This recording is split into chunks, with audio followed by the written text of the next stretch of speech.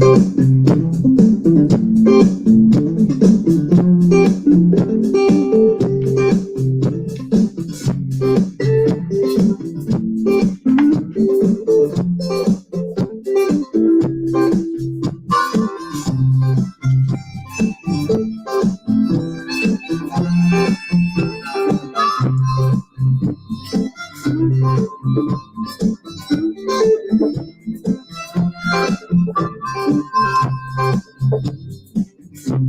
my feet grow heavy and my eyes go dim, hearing fades to whispers, I know your love can heal all my sin. Thank you that you're with me. Beautiful words I hear within. I know you will restore all things. I'll shine, you are my King. We bless your name and we welcome you to join us.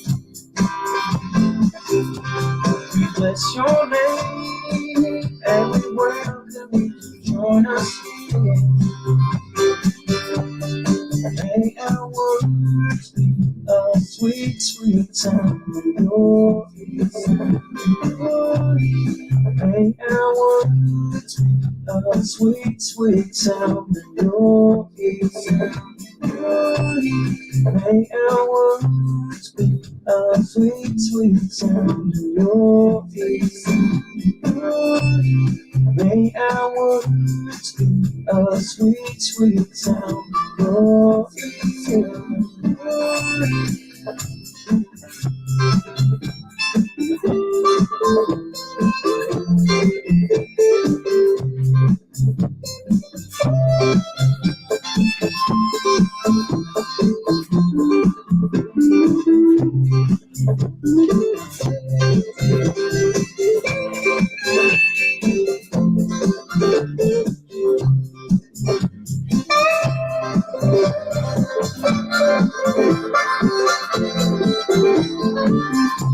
We bless your name and we welcome you to join us here. We bless your name and we welcome you to join us here. May our words be a sweet, sweet sound in your ears.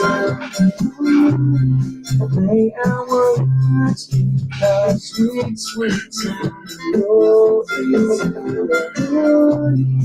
May our words be a sweet, sweet sound in your ears.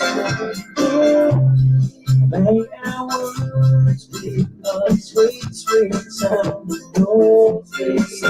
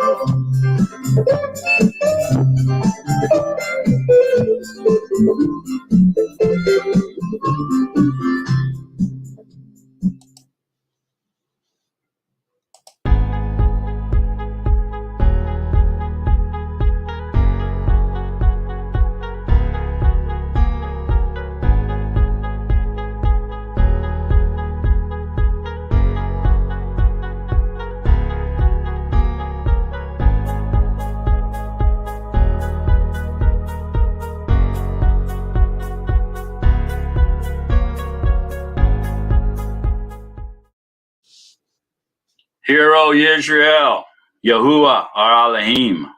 Yahuwah is one. And you shall love Yahuwah your Elohim with all your heart and with all your being and with all your might. And these words which I am commanding you today shall be in your heart, and you shall impress them upon your children, and shall speak of them when you sit in your house, and when you walk by the way, and when you lie down, and when you rise up. And shall bind them as a sign on your hand, and they shall be as frontlets between your eyes. and you shall write them on the doorpost of your house and on your gates. Hallelujah.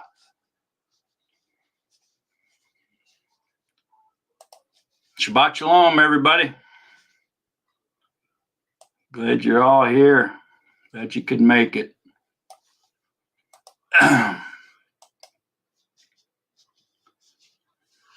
All righty. Been an interesting week, to say the least. It's kind of cold down here now. But hopefully this is the last time it'll get cold, and summer's right around the corner. Glad you're here, Bruce. Glad you made it, brother. Dave, glad you're here. Peggy, glad you're here. Maria, glad you're here. Lattering, glad you're here. All right, so this evening's Torah portion here is going to be centered on the two resurrections. I guess we can't really have that conversation without talking about the rapture, which I believe at least the Netzarim realize that the rapture is a made-up myth. Really a spin on scriptures is what it really is. But we'll talk about that a little bit, and then we'll get into the study of the two resurrections, which is really vital for us to understand. Hopefully we all got a good understanding of it already, but by the end of this evening, we'll understand it just a little bit better than the evening started out with. Hi, Kobe. Hi, Ron. Glad you're here, brothers. So the rapture is primarily a Christian document. And it is mostly used in the Trinitarian sect. Hi, Phyllis and Lou, glad you're here. And it's in the monotheism sect as well, but not as heavily as the Trinitarian and the different religions that believe in one body with three heads, or a place called heaven where St. Peter has the gates to let you in if you answer his questions correctly, and things like that. So, but the rapture is very popular among some of these Christian sects, and some of them are even selling rapture insurance. And so forth and so on. So they're really getting into it. And then, of course, we all know there's been a lot of different Hollywood movies made about the rapture, which in the 80s and 90s, which really increased the popularity of this rapture doctrine, especially among the Christians. Hi, Earl. Glad you're here. So the rapture concept, if you will, or doctrine, is relatively new. It's not an old one. It started with an Anglo-Irish theologian who, in around the 1830s, really invented the concept. And then there was another guy named John Nelson Darby, who also started populating it through his ministries and made it more popular as he imagined this scenario in the clouds, and where the church was caught up in the clouds and taken away to safety. But before really these two guys here, no Christian had ever heard of anything called the rapture. And it really wasn't even taught. So it's fairly new. I mean, what is that? Less than 200 years old? So the idea was greatly popularized by Cyrus I. Scofield.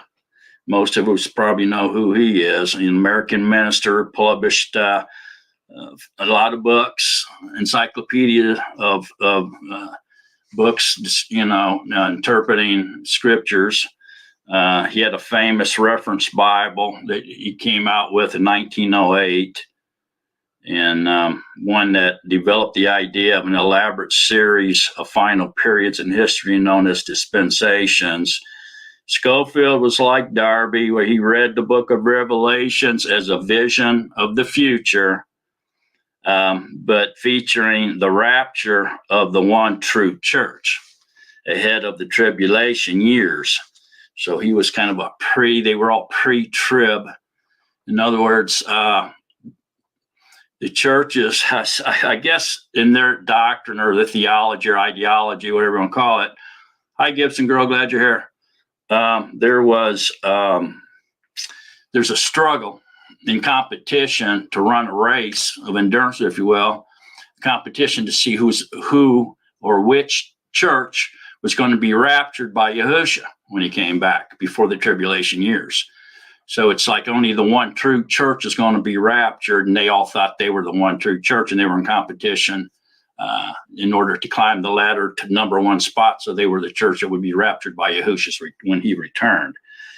And so this created competition and so forth, even made it more popular, okay, because now, though, the churches want to be the true church, right? And they all think they are, which is kind of amazing. But the most common interpretation of the book of Revelation by the mainstream theologians is described recently by Princeton scholar Pagels in Revelations, Visions, Prophecy, and Politics in the book of Revelations as post-tribulation. So post-tribulation is now on the scene, where before it was just really pre-tribulation. Post-tribulation is a lot closer to the truth than pre-tribulation is, but they still need to drop the that phrase post-tribulation, and it needs to be identified. What it really is the first resurrection. So there's a problem even for the most ardent of the rapture-minded Christians, and that is that the word rapture doesn't appear anywhere in scriptures, but the word resurrection does. So the rapture thinking is most often traced back to Apostle Paul's letter, the first letter to the Thessalonians, which is in 1 Thessalonians 4:16 and 17, and a few other verses that we're going to go over here. So there's now a pre-tribulation, a tribulation rapture, and a post-tribulation rapture. So they've kind of broadened it out even farther now. And so we couldn't really get into this evening's study here without at least mentioning that. But really, what we're going to want to study on that stream here is going to be the two resurrections. And I'm I've heard some people comment that they didn't quite understand that, and there's something that a Nazarene has to know. We have to know that. Otherwise, we don't understand the higher calling. We don't understand the bride. We don't understand the white throne judgment. This is not good. The Nazarene needs to know all this stuff. We're going to be the one leading many people into righteousness and do great exploits. This is something we have to know. No question about it. Hi, Jerry. Glad you're here. So let's continue on in scriptures now, if you will. I don't want to spend a whole lot of time on that rapture business, but we'll touch on it throughout this study. It'll come back a little bit on us and haunt us, but I think it's important that we understand where they are getting this dream, and this imagination of a rapture and this man's dream where they dreamed this all up, so we can recognize where they're getting it from, and so that we know how to explain the truth to people that are deceived with this ideology. This doctrine of the demons, really, I think, is what it really is. But it's kind of amazing because Scripture speaks of his second coming quite a bit. And I think everybody, when you say the second coming or Yahushua's return, understand what you're talking about. I think everybody kind of gets that, you know. But what's weird is when they start putting this rapture ideology into the mix, all of a sudden now Yahushua came the first time, right, to be our sacrifice, right? And then the second time he comes back to get the true Kirky. So that's the second time he comes back, takes them somewhere, I guess. I don't know, hides them for a while till tribulation years start out. And then he comes back a third time to get his bride, reign from the earth and his reign. So now they're saying, I can't find anywhere where there's a third return of Yahushua in here. You know, and I think that's probably why some of them are now kind of inching away from the pre-tribulation or the tribulation rapture and going to the post-tribulation, so they can kind of get away from that problem that there's not a third coming of Yahushua anywhere in here. See, so I think this is why that post-tribulation came up here most recently. So anyway, let's look into this. The big main passage about this, where they get this rapture thing, is definitely 1 Thessalonians 4. And let's start up in verse 13 here. It says, "Now, brothers," and we got to read it very carefully because this is their main deal here. And it really does, anything it really does is rebuttal it. It's a rebuttal of their belief, really. "But now, brothers, we do not wish you to be ignorant concerning those who have fallen asleep or have died, lest you be sad as others who have no hope.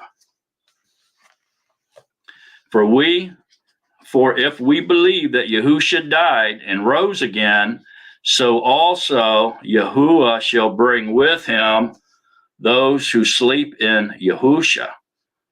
For this we say to you by the word of the Master, that we, the living who are left over at the coming of the Master," left over? "At the coming of the Master shall in no way go before those who are asleep."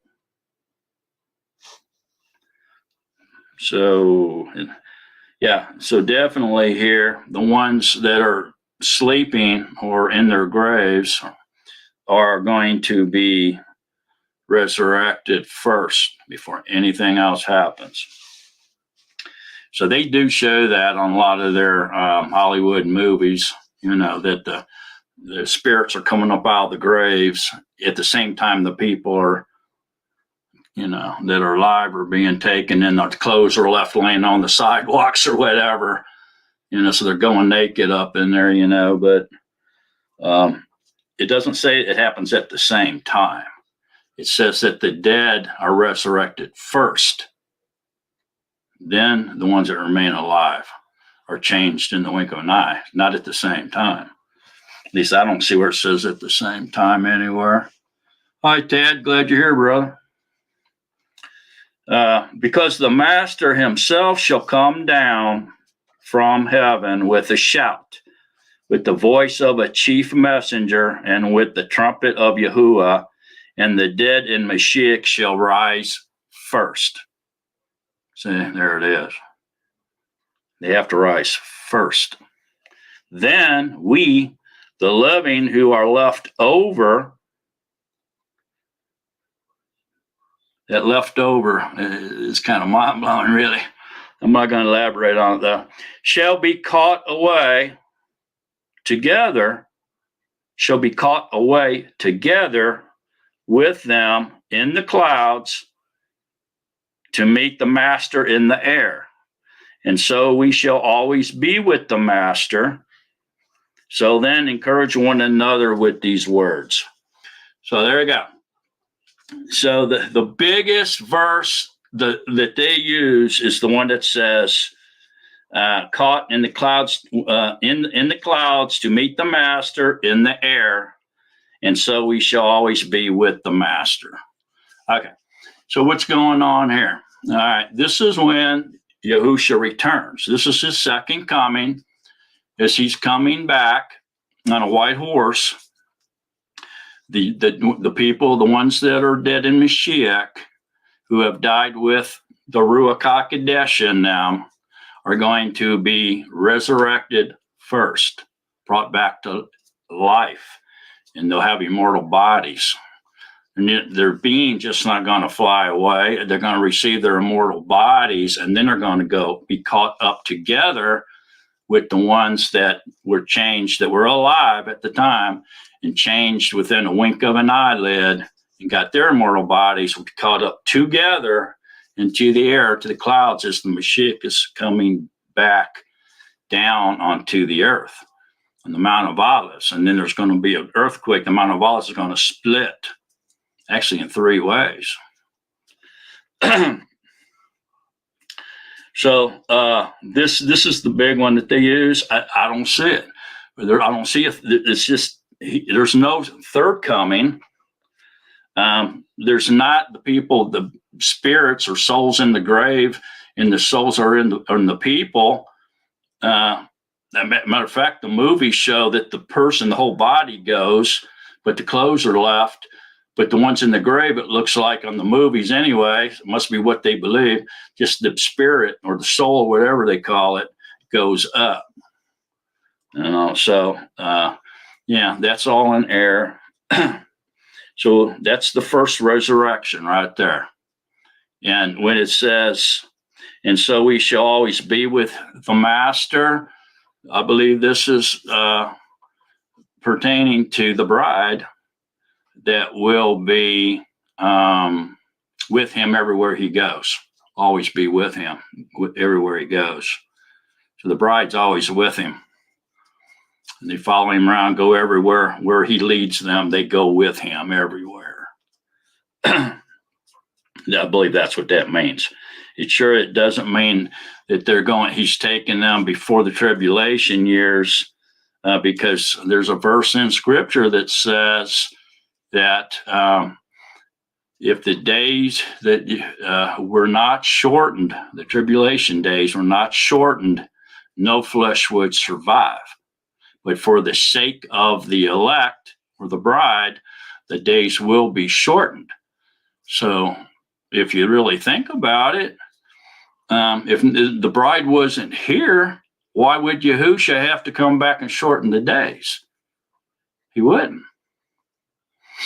And amazingly, when they go into the tribulation, say that they do the pre-trib, and everybody's gone, or the real church, true church, whatever, the one that won the competition and became the one true church that Yahushua's coming back for, and going to pre-trib, so they don't have to go through the tribulation.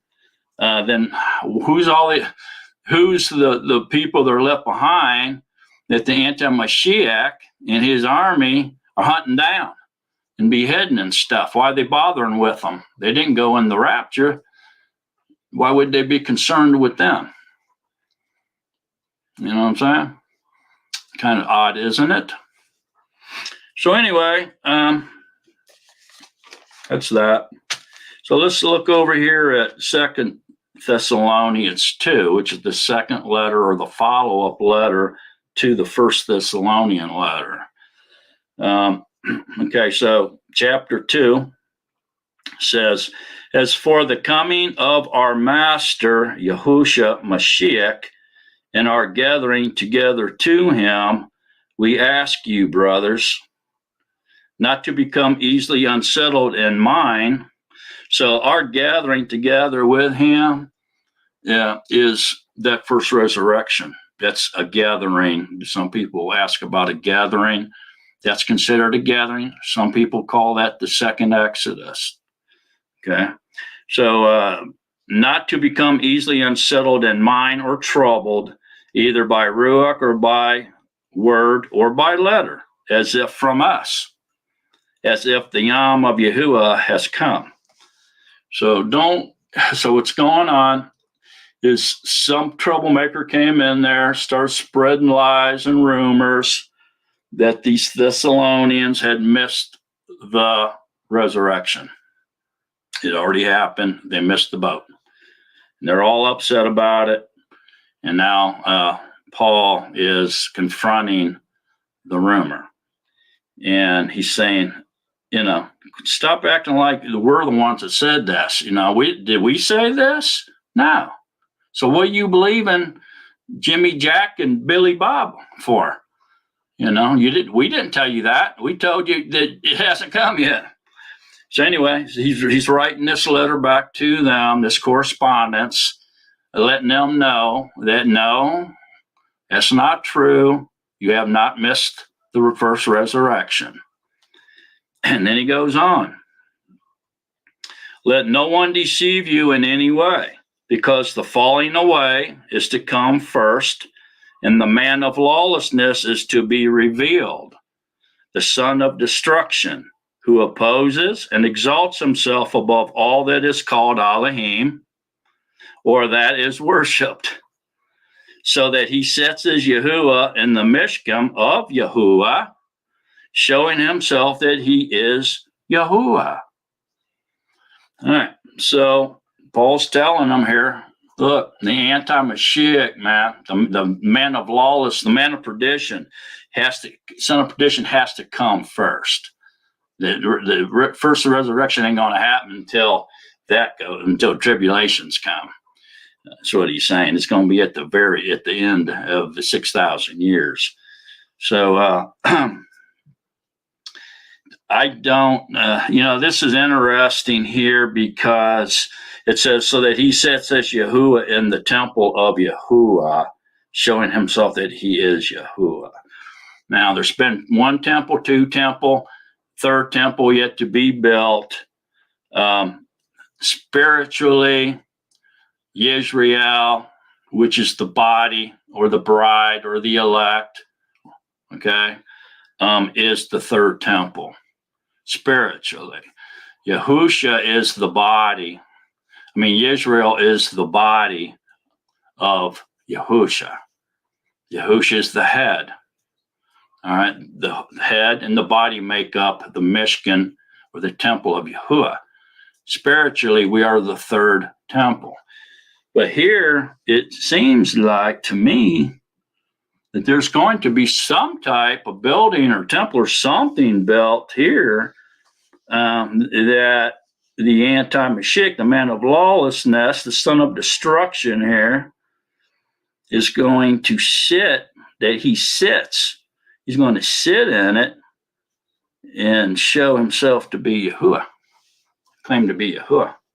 So something weird's going to happen here, literally, or fleshly, literally, earthly, with this anti-Mashiach. Okay, so we know then that he's going to be identity thief. Lou's got identity thief here, and that's true. He's going to pretend like he's Yahuwah. He masquerades as angels of light right now. And this is going to be his ultimate play right here, right? He's going to act as he is Yahuwah and sitting in Yahuwah's temple here. So something's going to have to be built up there, whether it's the Dome of the Rock or some other temple that's built by the Yehudim. The Israelites that are over there right now. All eyes are watching there right now because they got everything they need to do it. All they need's the government to say, go ahead. And that thing's going to go up faster and make your head spin. They have it sitting off site right now, prefab. All the furniture, all the utilities, the Sanhedrin are being trained and are trained It's just crazy. The Levites are all trained, are going through training. The line of Aaron has been found and is going through training. So, yeah, I mean, all eyes on Israel, man. Something's going to happen over there. Do you not remember that I told you this while I was still with you? So evidently he already told them this the first time around. And now, but they must have forgot, or they weren't listening to him. Maybe they just weren't listening. You know, people have a tendency not to listen, you know. Goes in one ear and out the other. But apparently he told them all this before when he was there visiting them. And now you know who restrains for him to be revealed in his time. For the secret of lawlessness is already at work. Wow, can you believe that? So that they were teaching lawlessness even back then, just like they're doing now. The teachers are doing now. They were doing it back then. Secret of lawlessness, all you have to do is believe. You do not have to obey. Isn't that the secret of lawlessness? Only until he who now restrains comes out of the mist. And then the lawless one shall be revealed. That's the anti-Mashiach, whom the master shall consume with the ruach of his mouth and bring to nothing with the manifestation of his coming. So, yeah, he's going to take the anti-Mashiach and toss him into the lake of fire when he comes back. The appearing of the lawless one is by means of the working of Hashatan, with all power and signs and wonders of falsehood. So it sounds like he's going to come on the scene very powerful appearing. You know, he's going to bring wonders and falsehood. He's going to be speaking powerfully, sounds like. And with all deceit of unrighteousness in those perishing, because they did not receive the love of the truth in order for them to be delivered. Now, that's powerful right there. And for this reason, Yahuwah sends them a working of delusion for them to believe the falsehood. To believe the falsehood, the lies of the anti-Mashiach, the identity thief, the imposter. You're going to believe him when he says, I'm the J-man, you know, and I got it all under control, bow down to me. And apparently they're going to do that then, right? But we ought to give thanks to Yahuwah always for you, brothers, beloved by the Master, because Yahuwah from the beginning chose you to be delivered and set apartness of Ruach and belief in the truth. All right. So this is confirming that the first resurrection has not happened yet. Because what he's telling him, look, man, this ain't going to happen to the end of the tribulation years. The Mashiach's got to come on the scene. All this destruction, all this crazy stuff's got to happen. And, you know, it's not going to happen in your lifetime. Basically is what he was telling them there, right? Okay, so that had no revealing of any type of rapture, did it? No, it did not. It just confirmed that what I told you before about the rapture, I mean about the resurrection, has not happened yet. So quit believing people that tell you it is. Yeah, the love of the truth, Jerry. Yeah, you know, the truth. If you love the truth when you hear it, then you esteem in Yahuwah. When we speak truth, we esteem Yahuwah. The Ruach HaKodesh is truth. He's one of the three witnesses, and he's truth. The word, Yahuwah's word is truth. So you have to love his word, which is Yahusha. You know, you have to love the Ruach HaKodesh, who is truth. You have to love the living words, which is truth. Anything that has to do with Yahuwah that's truth, man, we have to love it. If you reject it, then you're going to be sent a delusion. You love the falsehood, you love the lies more than the truth, and he's going to give it to you. Let you live in the big delusion that's just full of lies. Everything's lies in the delusion. You don't know what's coming and what's going in the delusion. You live among all the lies and the idolatry, you don't even recognize it in the delusion. Yeah, big time. That's a big statement, Jerry. It really is. Let's move over here to 1 Corinthians 15. And this also is kind of where they have a lot of things in here that they try to point to in order to make people believe that there's a rapture. But let's start down here at 1550 real quick. It says, "And this I say, brothers, that flesh and blood is unable to inherit the reign of Yahuwah, neither does corruption inherit incorruption." So they definitely aren't going up in their fleshly bodies to meet him in the clouds to come back down with him in the flesh. I don't think so. I'm not real sure if your body can stand that stress up high. It maybe can, but I don't believe that being taken up in the flesh and blood and coming back down is part of what's going on here, because when he comes back, it's going to be the start of his reign, of his kingdom. And the second death has no power over those who are part of the first resurrection. So it's not, I don't believe the body's going up, naked body and flesh, and coming back down on the Mount of Olives as a man like you went up. You're going to be changed in the wink of an eyelid and given immortality. All right. Before you go up with the ones that have been woke up from their sleep first. "See, I speak a secret to you." Now here's a secret. "See, I speak a secret to you. We shall not all sleep. We're not all going to die, but we shall all be changed." See, so we're all going to be changed. We're not going to die, but we're going to be changed. See, so it's not our body and flesh going up like they show you in the movies, leaving the clothes behind and being taken to heaven in the body and the flesh somehow. It's what it appears that what's going on there in the movies. Ain't going to happen. So, we shall not all sleep, but we shall be changed in a moment. See, changed in a moment, in the twinkling of an eye, at the last trump. Now that's interesting. Is the last trump the seventh trumpet in Revelations?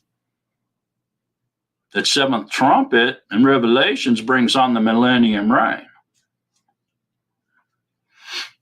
So that's interesting. At the last trump.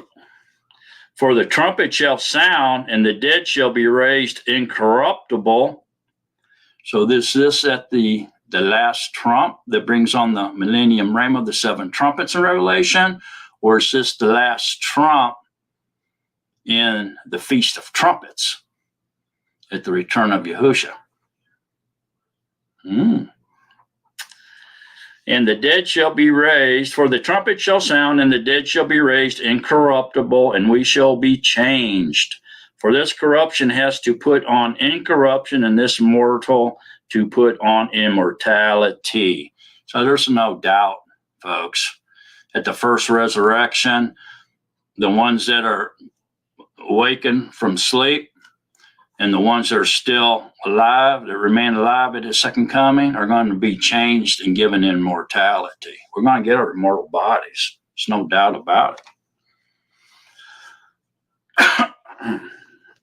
"And when this corruption has put on incorruption, and this mortal has put on immortality, then shall come to be the word that has been written. Death is swallowed up in overcoming. O death, where's your sting? Grave, where's your overcoming? And the sting of death is the sin, and the power of the sin is the Torah. You catch that? The power of the sin is the Torah. But thanks to Yahuwah, who gives us the overcoming through our Master Yahushua Mashiach, therefore we, beloved brothers, be steadfast, immovable, always excelling in the word of the Master, knowing that your labor is not in vain in the Master. Okay, so there you go. So this, though it doesn't clarify exactly where they're going, but it does reveal that we're going to be given immortality when this happens. You know? So, all right, let's look over here real quick at this other one. Then we're going to get into our Torah reading, our Torah portion. Well, wait a minute. I'm going to go to one more place, then we'll do the Torah portion. This is kind of important here. Revelations 1:7. Revelations 1:7 says, see, he is coming with the clouds, he being Yahushua. And every eye shall see him, even they who pierced him, which means even in Israel, they're going to see him coming. And all the tribes of the Eretz shall mourn because of him. Yes, amen. So this confirms that he's coming in the clouds, and everybody's going to see him. All right.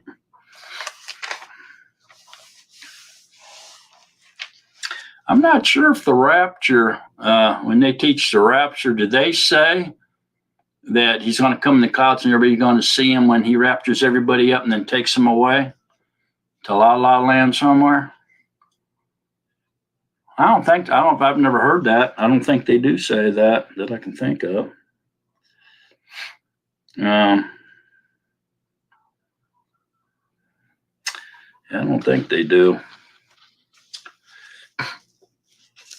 Let's go to Revelations 6 real quick. 6:9.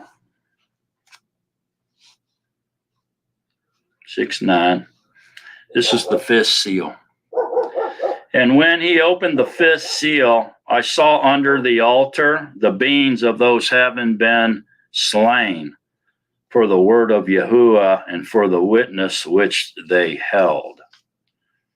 And they cried with a loud voice, saying, how long, Master, Kodesh and true, until you judge and avenge our blood on those who dwell on the Eretz? And there was given to each one a white robe, and they were told that they should rest a little while longer until both their fellow servants and their brothers who would be killed as they were was completed. So now, they point to this, the rapture believers, or propagandists, if you will, point to this as proof that they're up in heaven after they were raptured. They're saying, that's us. Okay? And like I said, these are pre-trib ideology people, most of them, except for recently, because they know there's an error in it. There's holes in that theory, man, so they're trying to change it to make it so it makes more sense. That's why they came with tribulation rapture and then a post-trib rapture. But we're going to stick with the main course here, the pre-trib people, the ones that are selling the tribulation insurance. So they say this is them. And they cried out with a loud voice, how long until you take revenge on the blood of those dwelling on the earth? And they were all given a white robe, and so forth and so on. So let's take a little deeper look into this, and over into Revelation 7:9. Let's look at 7:9 real quick here. Revelation 7:9. So this should show us, prove to us, that this is metaphoric about how many will die in the tribulation years. Okay, so this is verse 16 and 17 here in chapter 6. It depicts earth setting, not a heaven setting. All right. So that's what we're going to find out right now.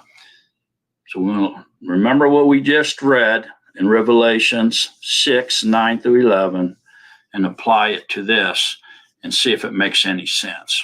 Okay. So verse 9, we're in chapter 7. I'm in the BYNV, of course. After this, I looked and saw a great throng. Man, that's a lot of people, which no one was able to count. Oh, nobody was able to count them. So that's definitely a great multitude of people. Can't even count them. That's probably as far as you could see people, right?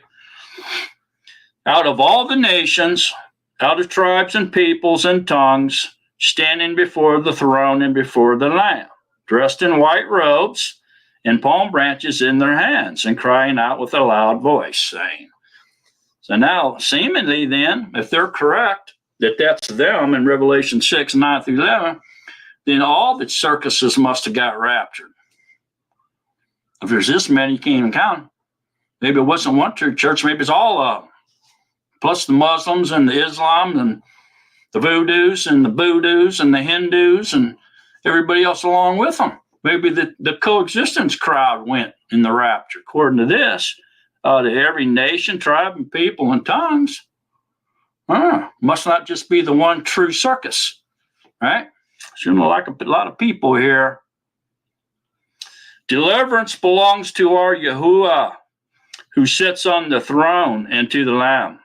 And all the messengers stood around the throne, and the elders and the 4 living creatures, and fell on their faces before the throne, and worshipped Yahuwah, saying, Amen. The blessing and the esteem and the wisdom and the thanksgiving and the respect and the power and the might to our Yahuwah forever and ever. Amen.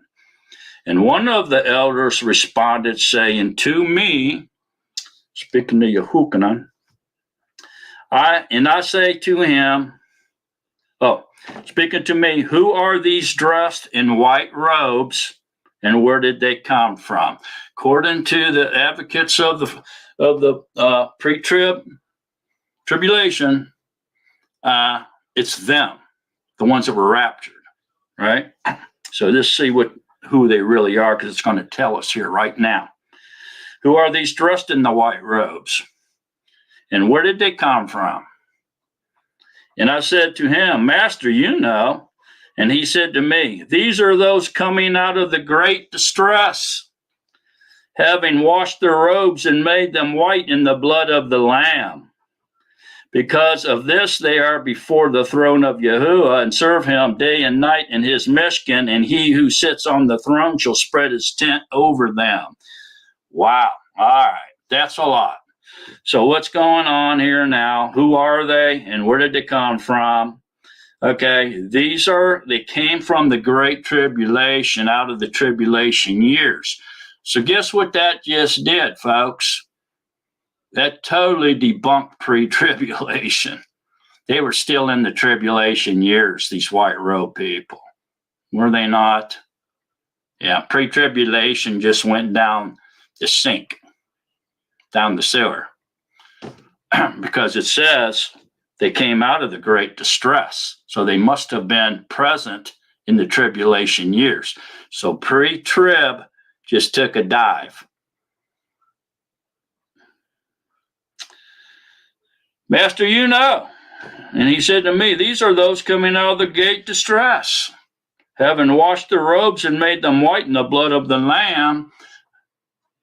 They entered into the covenant. Not only were they in the great distress, tribulation years, they entered into the blood covenant. They sure did. Because of this, they are before the throne of Yahuwah,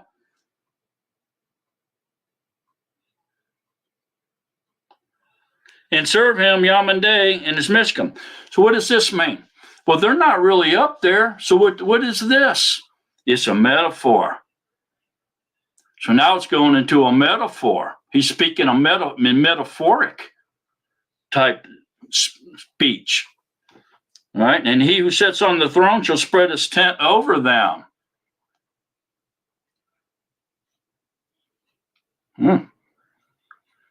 Kind of referring us over to tabernacles there a little bit, isn't it? In the futuristic event, metaphorically, kind of sounds like it. They shall hunger. Now listen to this. Does this sound like, this verse 16 and 17, does this sound like they're up in heaven, okay, in this place called heaven that the Christians believe exists? Or does this sound like they're in the earthly environment or an earthly setting? Now listen to it. They shall hunger no more,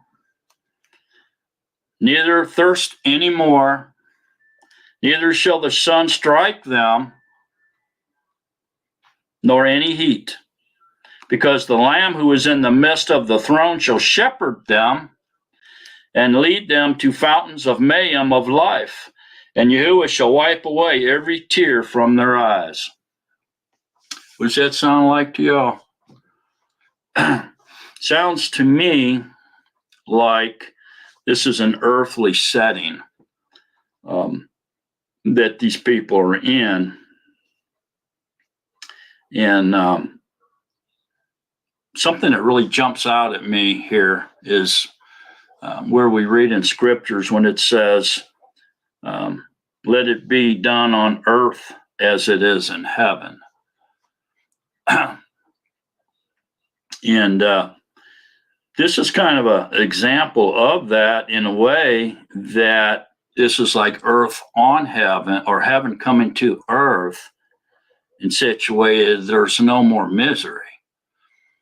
Okay, so in the Shemayim, where the spiritual beings are, in the realm of Yahuwah, where truth and love resides, and there is no sin or hate or any of that kind of stuff, there also is no hunger, there's no thirst, there's no death, there's nothing like that. There's no crying, there's no criminal activity up there around him.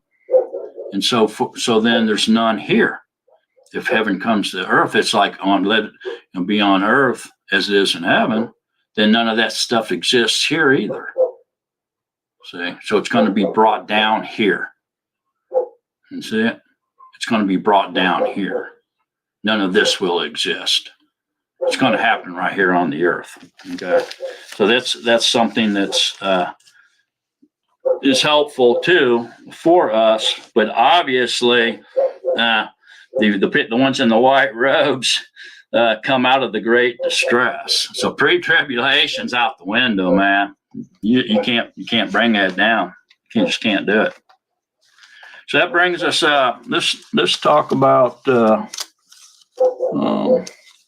let's go to the Torah portion real quick, and we'll talk a little bit more about it.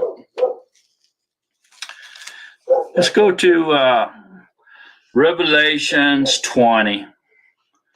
Revelations 20 in the BYNV will be our Torah portion this evening.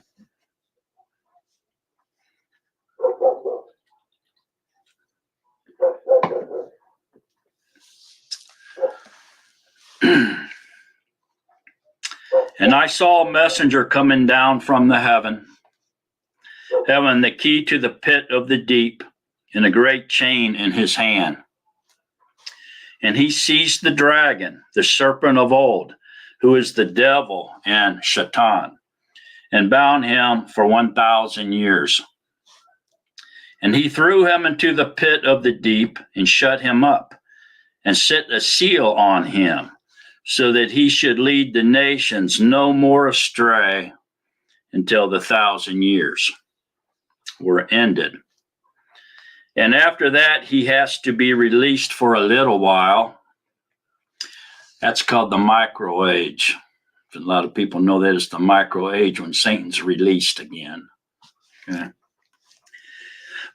And I saw thrones, and they sat on them, and judgment was given to them, and the lives of those who had been beheaded because of the witness they bore to Yahuwah, or Yahusha, and because of the word of Yahuwah, and who did not worship the behemoth, nor his image, and did not receive his mark upon their foreheads or upon their hands.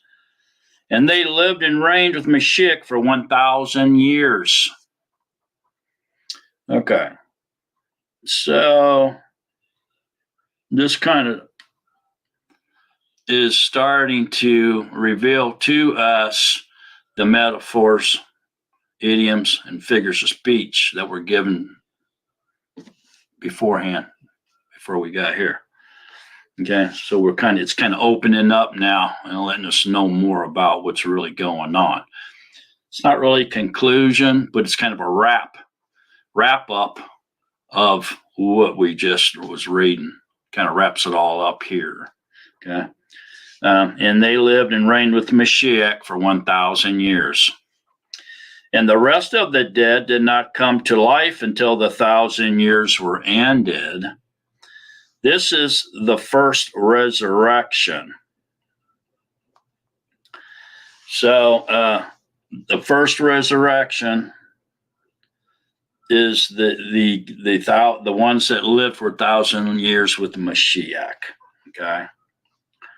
Then the rest of them did not come to life for 1,000 years were ended. It's in parentheses. So if we skip over that, it says, and they lived and reigned with Mashiach for 1,000 years. This is the first resurrection. Okay. So the ones that were raised up that we were reading about that they called the rapture is actually the dead that fell asleep. The ones who are sleeping in Mashiach, the ones that remained alive at his second coming, were given immortality, caught up in the clouds with him as he was coming back down to the earth, and they reigned with him for 1,000 years. That's what happened to them. So now we know. Okay, he came down, reigning for 1,000 years. All right. So, and the rest of the dead did not come to life till the 1,000 years were ended, is in parentheses. And we're going to read about that here just in a second. Blessed and set apart is the one having part in the first resurrection. The second death possesses no authority over these, but they shall be priests of Yahuwah and of Mashiach, and shall reign with him for 1,000 years. So there you go. Blessed and set apart is the one having part in the first resurrection. Why? Because they're the bride. That's the elect. The second death possesses no authority over these, so they're not going to have to face the white throne judgment. They've already been judged while they walked in the dust before Yahushua's second coming. So they were able to understand the truth, to love the truth, accept the truth, get into the blood covenant, start being obedient to Yahuwah, and were able to clean themselves up without blemish or spot, and became a virgin bride in order to be part of that first resurrection or the higher calling. This is who they are. And they've already received immortality, right? We read they received immortality. So they weren't caught up in the clouds in their flesh and blood body and come back down with him. They were given immortality. They were changed along with the dead, the ones that are asleep, right? So this is his bride. This is his elect. There's the second death has possessed no authority over these. They've already died once. They paid the price, but they were also entered into the blood covenant before they fell asleep. And the ones that still remained alive were also in the blood covenant and were cleaned up enough to receive immortality at the second coming. So they don't have to be in the white throne judgment. All right, they're priests and kings, and they reign with him for 1,000 years, at least 1,000 years. Okay. And when the 1,000 years has ended, Satan shall be released from his prison, and he shall go out to lead the nations astray, which are in the four corners of the Eretz, Gog and Magog, to gather them together for battle, whose number is as the sand of the sea. Can you believe that? Gog and Magog again? That's who comes against Israel at the Battle of Armageddon, along with the Prussians and a few other, Ethiopian and a few other ones. That's what happened at the Battle of Armageddon. And so now they're going to come back and do it again. They'll try a second time here. That's craziness. But Satan, he's going to gather this army, and after he's released from his prison and go out to lead the nation astray, he's going to gather himself up another army who is such a large army, the number is as the sand of the sea.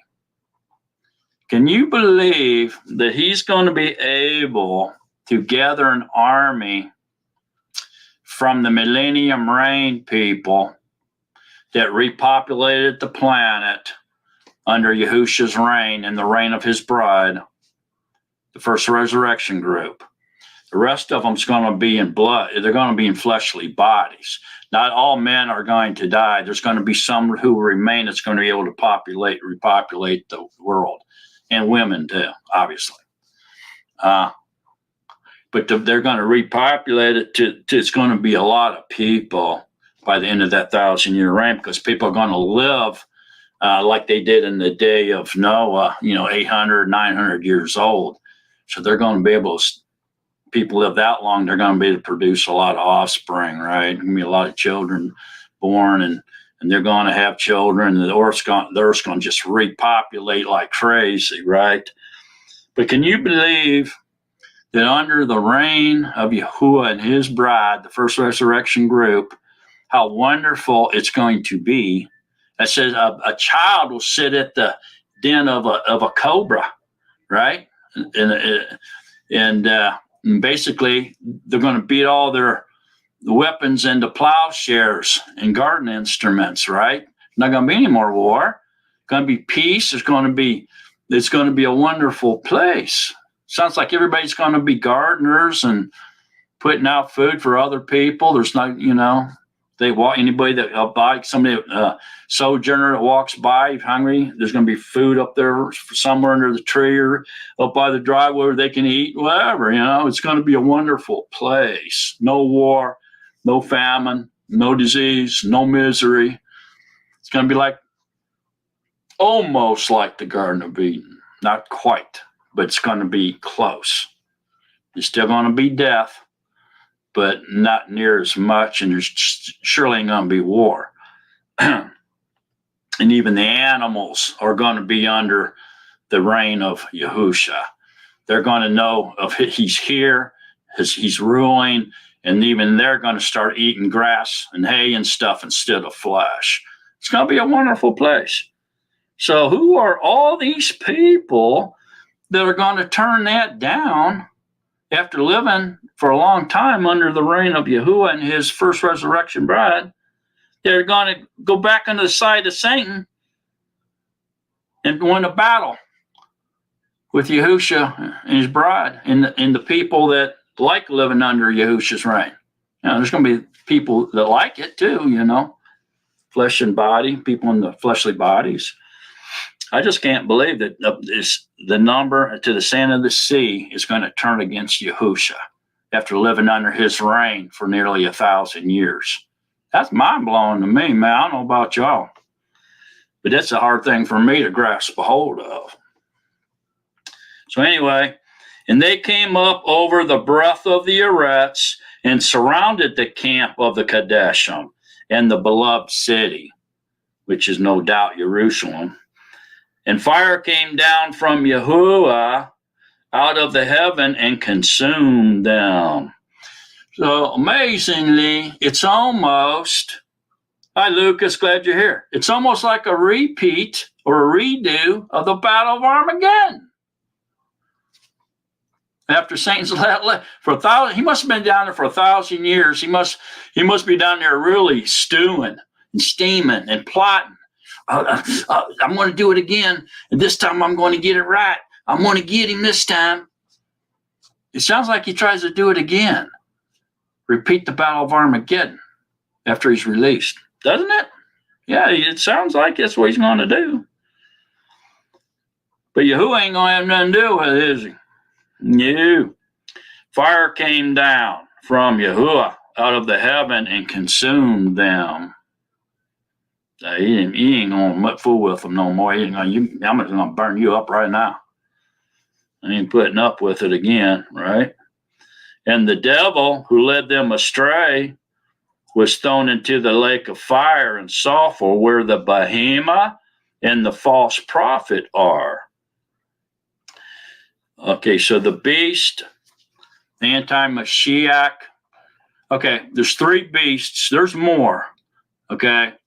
But there's there's 3 beasts, main beasts that we're concerned about here.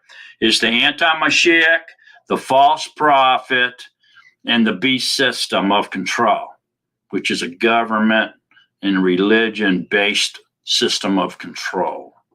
All right? These are all called beasts. Yehukanan called them all beasts. When he describes them in Revelations 13, he describes the system or the government of control as a beast first. Then he describes the anti-Mashiach as a beast. And then he describes the false prophet as a beast. All right. And so there's more than one beast. All right. It's not just one beast. And then the beast of the field, which are demons, and so there's other examples, but this is the 3. So this is what we got to get that there's more than one of different things. There's more than one beast. There's more than one image. There's more than one abomination of desolation. There's more than one abomination. There's a lot of abominations, and so forth and so on, if you get my drift. So we got to realize what the context that we're reading in, what is it referring to? What's it pertain to? We don't want to cross over, say, the beast, the anti-Mashiach, when it's talking about the beast system. See what I'm saying? And they shall be tortured day and night forever and ever. Okay, so the lake of fire, when people get thrown in there and he burns up their body, destroys or annihilates their body in the beam, I don't think they're going to be tortured day and night forever and ever. I think they're going to be annihilated. It's just going to be just like they were never born. The smoke that goes up forever and ever, and this torture day and night forever and ever, I believe is an idiom pertaining to the annihilation. I mean, totally wiped out, where there's no even a thought, or they're no longer any type, people can't even think about them. They're just totally erased out of history, totally annihilated and erased out of the history books type deal. That's what I think it means. Now, as far as Satan goes, the false prophet and the anti-Mashiach, if you will, at least his body is flesh and blood. So it's going to be burned up. It's going to be annihilated. But as far as Hashatan and his demons, which were made immortal, go, it could be pertaining to them, that they're going to be tortured day and night forever and ever because they're immortal. So they may be, and that may be the idiom with the smoke rises, everlasting smoke from the furnace or whatever, or this everlasting torture, may be pertaining to them because they are immortal. Maybe they are going to get tortured forever and ever. Maybe we'll be able to look down into the lake of fire and see them in there being screamed, tortured, and burning forever and ever. See the smoke rising out of there forever and ever. Who knows? Maybe. Or maybe the lake of fire is so powerful it can burn them up too. Immortal or mortal. Don't matter. You know? Who knows? We'll find out. One of these days we'll know. But it could also be an idiom.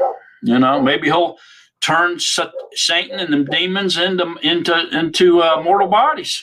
Make them mortal and then throw them in there so they burn up and get annihilated. You know, Yahuwah can do whatever he wants. It's not real clear, but it's pretty clear that people aren't going to be tortured forever and ever. They're going to be just thrown in the lake of fire, because it goes on and says, and we're going to read here in just in a minute about it, that the lake of fire is the second death. Okay, so if you die a second time, if it's the second death, pretty good chance that means that you're not going to know anything, because it says to people that, you know, when you die, you don't know nothing. The dead know nothing. It's just a place of darkness, total darkness, and they know nothing. See what I'm saying? So since lake of fires is the second death, more than likely, I'm going to say that it's a place of total annihilation. Okay.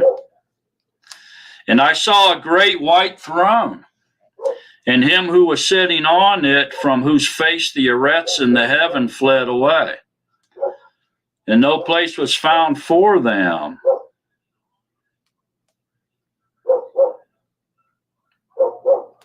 And I saw the dead, small and great, standing before the throne, and scrolls were opened. Okay, so here we go. What is this describing? This is the second resurrection. This is the second resurrection.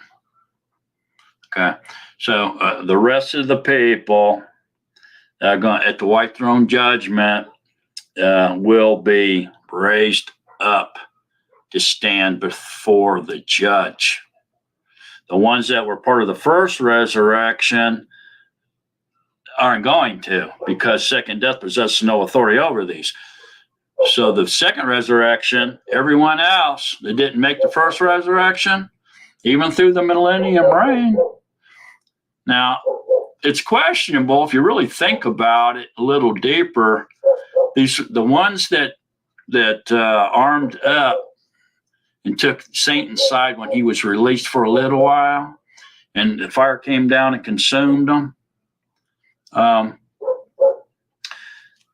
wonder, are they going to be resurrected and stand in front of the throne and be judged? It's an interesting thought. I think they will. But Psalms 1 is a curveball on that. Read Psalms 1 if you get a chance. But anyway, I saw the dead, small and great, stand before the throne. This second resurrection. And scrolls were opened, and another scroll was opened, which is of life. And the dead were judged from that which was written in the scrolls according to their works. According to your works. Your belief is dead without works. Your love for Yahuwah and others is dead without works. So your love is going to be judged according to your works, to the action that you applied to your belief and to your love. That's what this means. It doesn't mean according to if you're a welder or a truck driver or a movie star or whatever. He ain't talking about that at all. It's talking about the works that you implied to your belief and your love to make them a reality or just lip service. Yeah, that's what it is. And the sea gave up the dead who were in it, and death and the grave gave up the dead who were in them. And they were judged, each one according to his works. And the death and the grave were thrown into the lake of fire. This is the second death. And anyone who was not found written in the scroll of life, he was thrown into the lake of fire. All right, so here you go, man. That's the second resurrection. This is the finale. This is the finale. Death, the grave, everybody was in the sea, the graves, everybody else was resurrected and judged according to their works. Is it? That's the finale. Okay, so there's no third resurrection. There's no third coming. There's only the first coming for the remission of sins and the second coming for redemption of his people, his chosen. That's it. There's no third coming. There's no third resurrection. It's all she wrote, folks. And interestingly, in order to prove that we're going to be on the earth and not in a place called heaven, we're going to sleep until then. And I'll get into that just a little bit and give you some confirmation on it. But the following chapter, right off the get-go, says, "And I saw a renewed heaven and a renewed earth. For the former heaven and the former earth had passed away, and the sea is no more." So there you go. In a set-apart city, renewed Jerusalem, coming down out of the heaven from Yahuwah, prepared as a bride adorned for her husband. And I heard a loud voice from the heaven saying, "See, the sukkah, or the tent of Yahuwah, is with men. He spread his tent over them." Remember that? "And he shall dwell with them, and they shall be his people, and Yahuwah himself shall be with them, and be their Yahuwah. And Yahuwah shall wipe away every tear from their eyes, and there shall be no more death, no more mourning, no crying, and there shall be no more pain, for the former things have passed away." Where did we read that? Yeah, we read that back here in Revelations, back here when we were talking about the ones in the white robes. See? So that's another. This confirms that happened on this planet Earth. Not in a place called heaven. It all happens here. That was just metaphoric when we were before. But this right here clarifies where it's at. It's the exact same words. So there's no disputing that. See what I'm saying? So, that confirms everything we just studied prior to Revelations 20 and 21.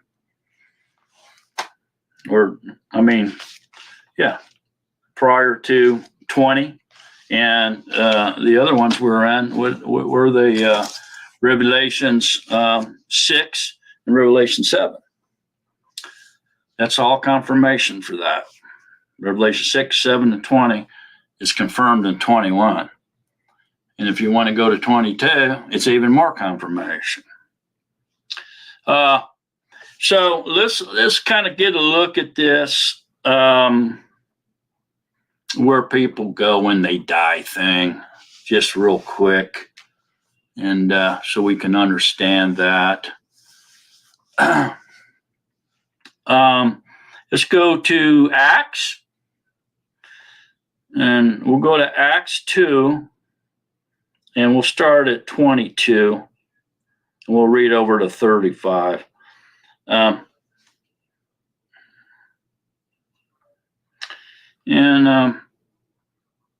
Keep in mind here as we read through this that if there was really a place called heaven and you died and you went there and St. Peter was standing there with the keys to a pearly gate, which, by the way, the pearly gates are on the New Jerusalem, okay? Not up on the cloud somewhere. But why would, if say you pass the test, they say you take a test. when St. Peter asks you, why should I let you in? And you have to tell him. I guess if you fail, he throws you down into the bowels of hell.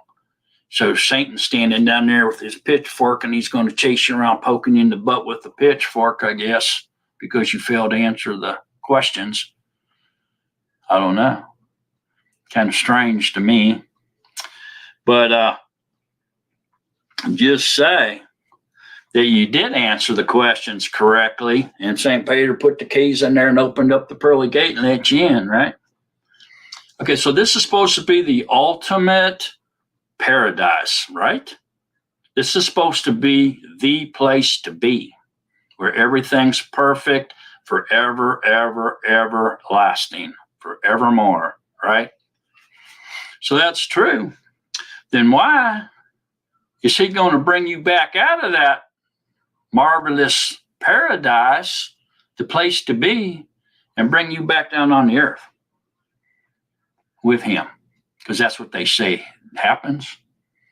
So when he comes back, he brings all the saints with him as he comes back. To do what? To live back on the earth? The second-rate hotel? Huh? Or is he going to make the earth better than the heaven? And it's going to become the top 5-star hotel, and heaven's going to be considered a 3-star. Because it says he's going to bring them all back, live on the earth. I don't get it. Do you? I don't get it. Anyway, let's get into the scriptures. Acts 2, chapter 2, verse 22. Men of Israel, hear these words. Yahusha of Nazareth, a man from Elohim, having been pointed out to you by mighty works and wonders and signs, which Elohim did through him in your midst, as you yourselves also know. Ain't that funny? Mighty works, wonders, and signs, and that's what Hashatan, that's the Antichrist, the man of lawlessness, comes back and does the same thing. Yeah, the same thing, works, wonders, and signs. So he's a copycat, identity thief, for sure. Yeah, Lou labeled him right. He's definitely an identity thief. This one, given up by the set purpose and foreknowledge of Elohim, you have staked and put to death through the hands of lawless men. Him Elohim raised up, having loosed the pains of death, because it was impossible that he could be held in its grip. Why was it impossible for him to be held in the grips of death? Hello, Anthony Rivera. Glad you're here, my brother. You ever think about that before? Why was it impossible for Yahusha to be held in the grips of death? Well, my opinion of it is because he was an innocent man, and death had no authority over an innocent man. Death only has authority over sin and death. Death has power over sin. Okay, this authority, it's the authority over sin is death. Since Yahusha was innocent, death had no authority to strike him, nor could it hold him in its grips, because he was put to death and was an innocent man, sinless. That's why it shook the foundations of hell, because they just killed an innocent man, and death had no authority over an innocent man, only a sinful man. For Daud says concerning him, I saw Yahuwah before me continually, because he is at my right hand, in order that I should not be shaken. For this reason my heart rejoiced, and my tongue was glad. And now my flesh shall also rest in expectation of what? The resurrection. Because you shall not leave my being in the grave. This is David talking, and I say he understands he's going to be in that grave. He ain't going to go into anywhere else. That's he's going to be. Nor shall you give your kind one to see corruption. You have made known to me the ways of life. You shall fill me with joy in your presence at the resurrection. Men and brothers, let me speak boldly to you of the ancestor Daud, King David, that he died and was buried, and his tomb is with us to this day. Yeah, Yahuwah, David's in the grave. He's not in heaven, folks, or hell. Being a prophet then, and knowing that Elohim had sworn with an oath to him of the fruit of his loins according to the flesh, to raise up the Mashiach to sit on his throne. Foreseeing this, he spoke concerning the resurrection of the Mashiach, that his being was neither left in the grave, nor did his flesh see corruption. Speaking of the Mashiach there. Elohim has raised up this Yahusha, of which we are all witnesses. Therefore, having been exalted to the right hand of Elohim, and having received from the Father the promise of the Kadesh Ruach, he poured out this which you now see and hear. For David, or Daud, did not ascend into the Shamayim. What? Yeah. For Daud did not ascend into the Shamayim, or into heaven. But he himself said, Yahuwah said to my master, sit at my right hand until I make your enemies a footstool for your feet. So there you go. Yahushua HaMashiach was resurrected, was not left in the grave, and he ascended back into the Shamayim, which he came from. Okay? Firstborn of Yahuwah. The Word. The first and the last high priest. Yeah. The Lamb of Yahuwah. Not King David. He's still in the grave, waiting on the resurrection. He's waiting on that to happen to him. He's the expectation that that's going to happen to him. He's going to be resurrected, okay, and given immortality when Yahushua comes back. Okay, so King David did not ascend into Shamayim. He's still in the grave. So let's look at John one time. John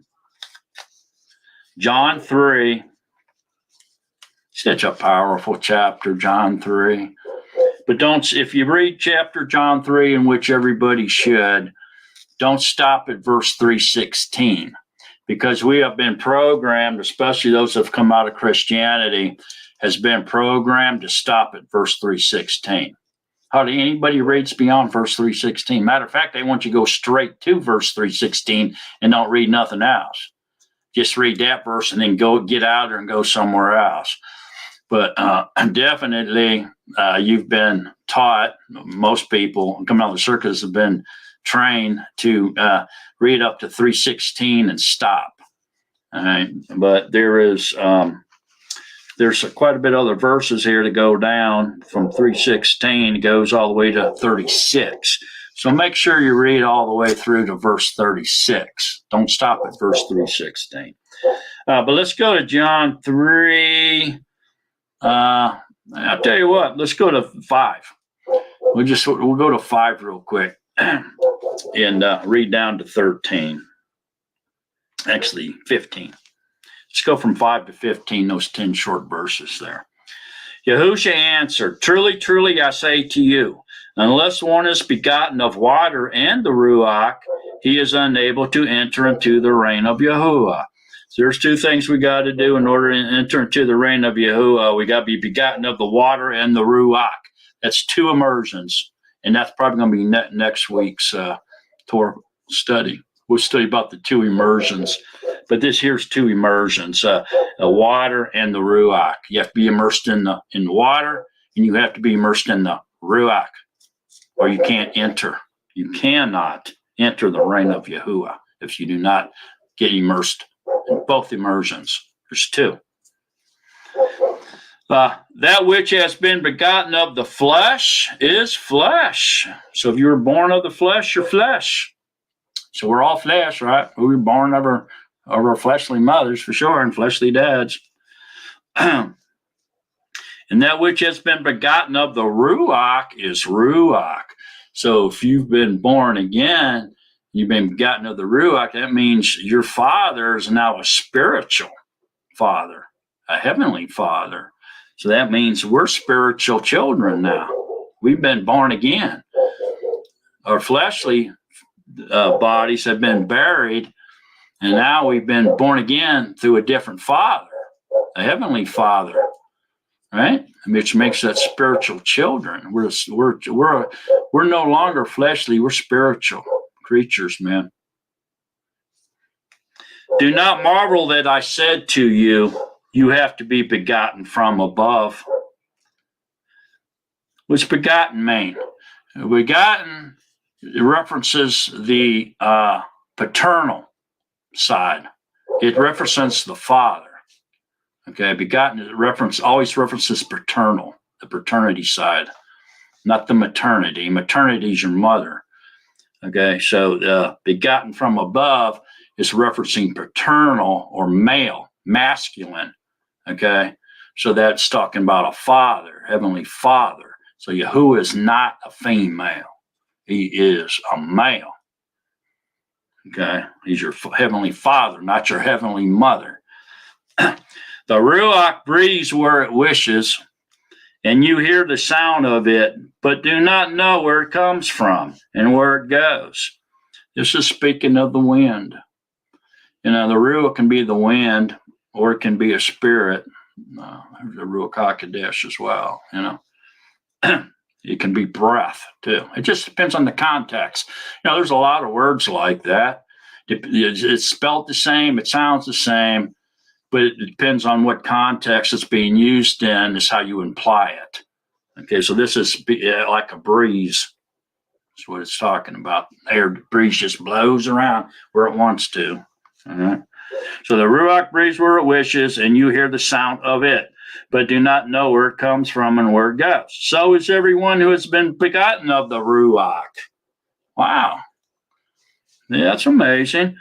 Nicodemus answered and said to him, how is it possible for this to take place? And so what Nicodemus was saying here was, how can a man who was already born an Israelite have to be born again and become an Israelite again? Why does that have to take place? Okay. This goes back to the Hebrew customs or culture. In order to understand that, you need to understand more about the Hebrew customs and culture. Is because back before the water immersion took a transition and meant something else, it was being done so that Gentiles who wanted to become part of Israel would have to go through their water immersion in order to convert into and be reborn through the water as an Israelite, because they were born as a Greek or a Roman or whatever, German. See, so this was before John the Immerser came and changed everything, and then Yahusha came and changed it all again. All right. So water immersion went through a transitional phases, several of them. So this is what Nicodemus was asking him. And Yahusha answered and said to him, are you the teacher of Israel and do not know this? Truly, truly, I say to you, we speak what we know and witness what we have seen, and you do not receive our witness. If you do not believe when I spoke to you about earthly matters, how are you going to believe me when I speak to you about heavenly matters? And no one has gone into the heaven, except the one who came down from the heaven, the son of Adam. And as Moses lifted up the serpent in the wilderness, even so the son of Adam has to be lifted up, so that whoever is believing in him should not perish, but possess everlasting life. Is that amazing or is that amazing? No, and no one has gone up into the heaven except he who came down from the heaven, the son of Adam, the messenger of Yahuwah. That's who came down. It was implanted in Mary's womb and grew in her womb and was born out of her loins as flesh. It was a transfiguration, if you will, or transformation happened in Mary's womb. Yahuwah's spiritual body became his fleshly body became the Lamb of Yahuwah, and he shed his own blood on the stake. Yahuwah did, the Ruach HaKodesh. It was a divine blood. It wasn't man's blood. It was human blood. It was Yahuwah's blood that he shed, divine. The Ruach HaKodesh shed his own blood. The Lamb died. The Lamb of Yahuwah, or the Son of Yahuwah, the Son of Elohim, that came in the flesh, the incarnation came to die. That's it. He came to be a sacrifice for the world. He didn't come to judge the world. He didn't come to do anything.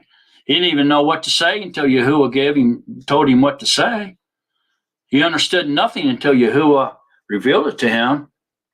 He came to die, man. He came to destroy the activity of the devil, which was sin. Polluting Yahuwah's creation was sin. So he came to take all that away, get rid of it. Right? But real interestingly, I'm going to go on here, but I just want to take a quick pause on this evening's lesson and point this out to you. Most of you probably have already heard this, but it's very interesting because this is where they get you only have to believe, This John 3:16 is like way up there on their top three that they point to in order to try to convince people that all you have to do is believe. You're allowed to be lawless. You can do whatever you want, break all Yahuwah's commands. All you have to do is believe, and you'll be delivered. So they like to use this verse here. For Elohim so loved the world that he gave his only his brought forth son, or begotten son, so that everyone who believes in him should not perish, but possess everlasting life. Yeah, they love to point to that verse right there, man. That's the verse. Just take that one out and throw the entire rest of the scriptures away as far as they're concerned. Because that right there gives them permission to be lawless and teach lawlessness. It's like the top three that they use for that. Doctrine of demons that they've created. It's a religious doctrine. It means it's tradition. It's not true. Religion and tradition cannot be based on truth. It can be a mixture of truth and falsehood, but surely is not full truth. Or it couldn't be a tradition or a religion. If it was 100% truth, it'd be scripture. So anyway, interesting. For Elohim so loved the world that he gave his only brought forth son, so that everyone who believes in him should not perish, but possess everlasting life. For Elohim did not send his son into the world to judge the world, but that the world through him might be delivered. Okay, so yeah, he didn't come to judge. He didn't come to do anything but to die for the sins of the world, man. That's what the fleshly body did. That's what Yahushua's body did. He came in a fleshly form, the likeness of a man, a lowly servant, humbled himself even to the stake. And then the Ruach HaKodesh shed his own blood for the forgiveness of sins for the world. Okay, that's what he came to do, and he did do it. He accomplished his perfect works through the Mashiach. Yahuwah did not die. The Messiah, the incarnation, the Lamb had dual nature, unlike anything any other man ever had. The second Adam had a dual nature. He was fully flesh. He was fully divine. Okay, and what that means is he came in the flesh because he had to bleed. You know, there had to be blood in order for forgiveness, for there to be forgiveness of sins. So he had to produce blood. So he had to be incarnated. He had to have flesh with blood in it, contained his blood, so he could shed it for the sins of the world. But Yahuwah, who Yahusha was, is just the first thing he created was a body for himself, a spiritual perimeter or body, the firstborn of creation. He took his body, the firstborn of creation, the word, and he sent it down and transformed it into flesh so it could have blood and it could bleed to take away the sins of the world. It had to be perfect blood. But Yahuwah did not die. He simply shed his body like a snake shedding skin, if you will. He disrobed himself of the flesh and visited Sheol.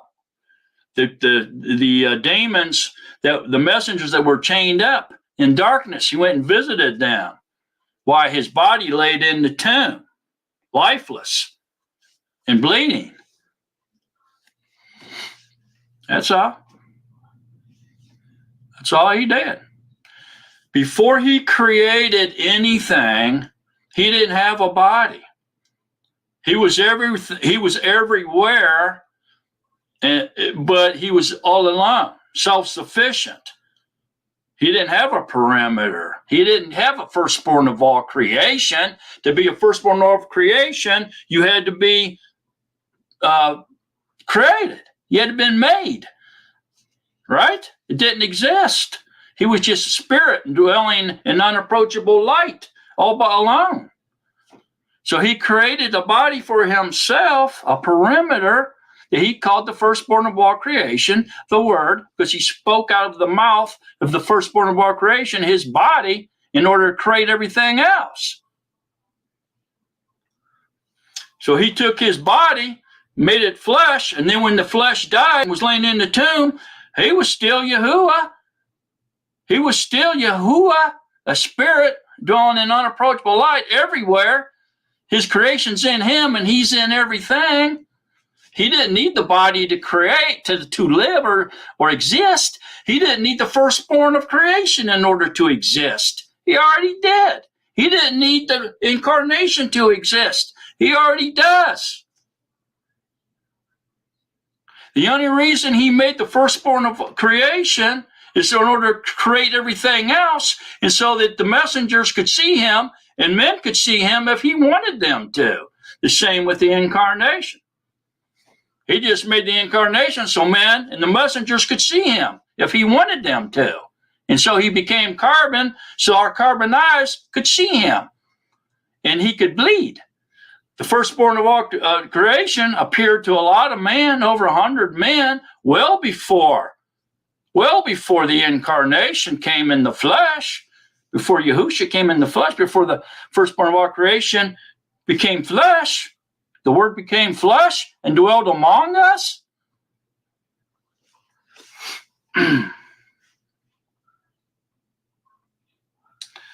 All right. So anyway, let's look. Now, remember what that just said in John 3:16. We'll go over here to John 36.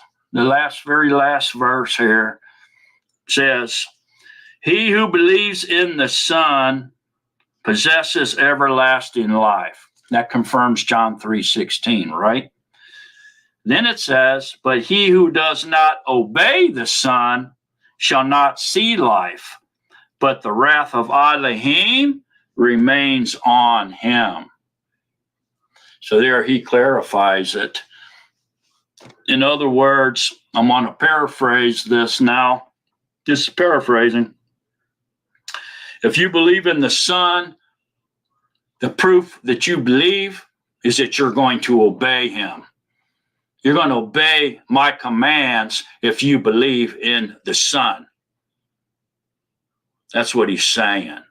The proof that you believe, like you say you do, is your works. And your works is going to be obedience to me. That's what I'm saying. You're going to be judged by your works, which is going to be attached. It's going to prove your belief. And it's because you're going to be obedient, and your love for him and others has to have works attached to it as well. So those works of love, it's going to be how you treat other people, what you do for people in need. You know, if they need a jacket or some shoes or some food, some help, you help them. That's proving that you love them.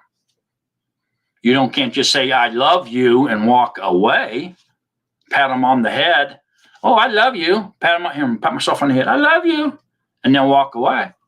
I'm saying, wait a minute. Wait a minute. I need some food. I haven't ate for 10 days.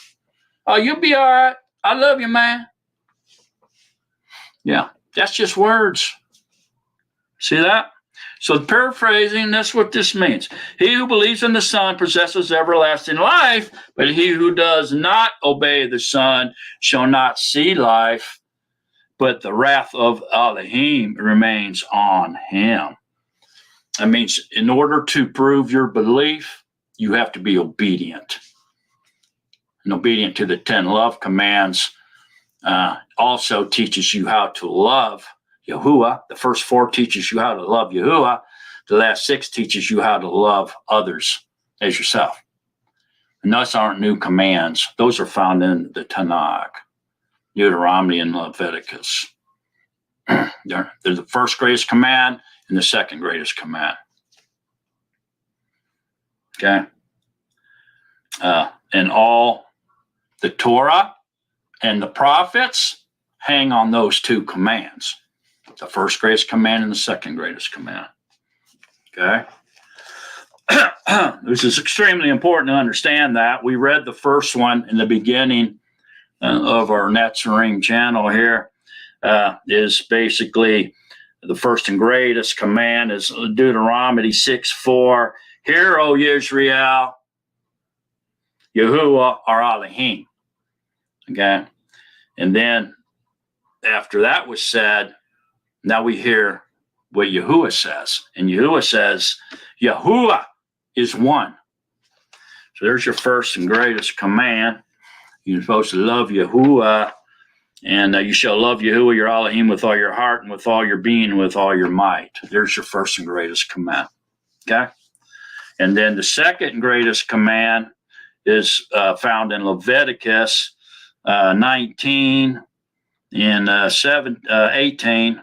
It says, do not take vengeance or bear a grudge against the children of your people, and you shall love your neighbor as yourself. I am Yahuwah. Letting you know who was commanding you to do that. So that's the second command. So the first 4 commandments, or the love commands, teaches you how to obey the first command. The last 6 love commands teaches you how to obey the second greatest command, and the Torah and the prophets hang on these 2 commands. So what does that tell us? Well, basically, the goal of the Torah is love. That's what it teaches you. Matter of fact, love is the completion of the Torah. Love is the completion of the Torah. Okay? All right. Sorry, I got off on a tangent there. Take a look at Daniel 12, verse 13. It says, blessed is he who is waiting earnestly. 13. Daniel 12:13.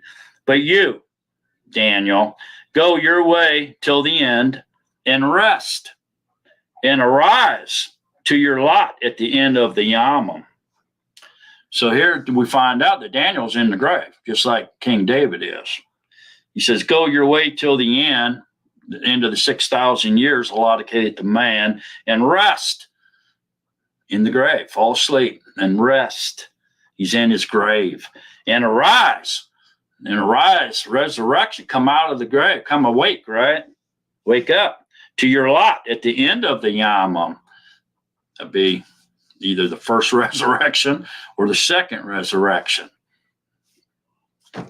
You can decide which resurrection you think Daniel's going to be rise in. Okay. And I have my opinion on it, but it's not important. So let's go to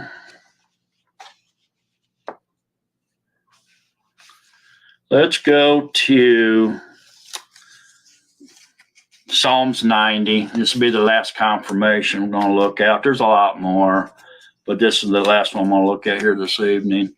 It's in Psalms 90. Psalms 90 and verse 10. Psalms 90:10. The Yamam of our lives are 70 years, or if due to strength, 80 years. So generation is 80 years. According to you, we use that outside number. Yet the best of them is but toil and exertion. For it is soon cut off and we fly away. It is soon cut off and we fly away. Okay, so this is confirmation of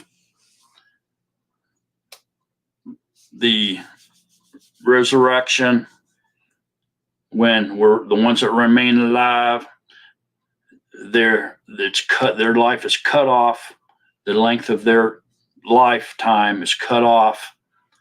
It also pertains to the cutting off of the tribulation years or the wrath of Hashatan and his anti-Mashiach. Their time will be cut off. If the days weren't shortened, no flesh would be saved. No flesh would be delivered. We'd all be dead. So they have to he's going to cut the time short that the anti-Mashiach has and that generation has. That 80 years, he's going to cut it short, and then we fly away.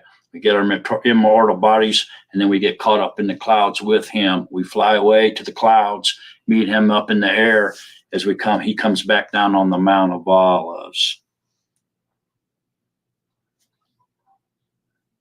Okay. So there you go. That's pretty much it. A wrap on the two resurrections. You can read more about it if you want in Revelations. It talks about him coming back, on the Mount of Olives, and it gets in Ezekiel 38 also. He comes down on the Mount of Olives, and Zechariah 14, and the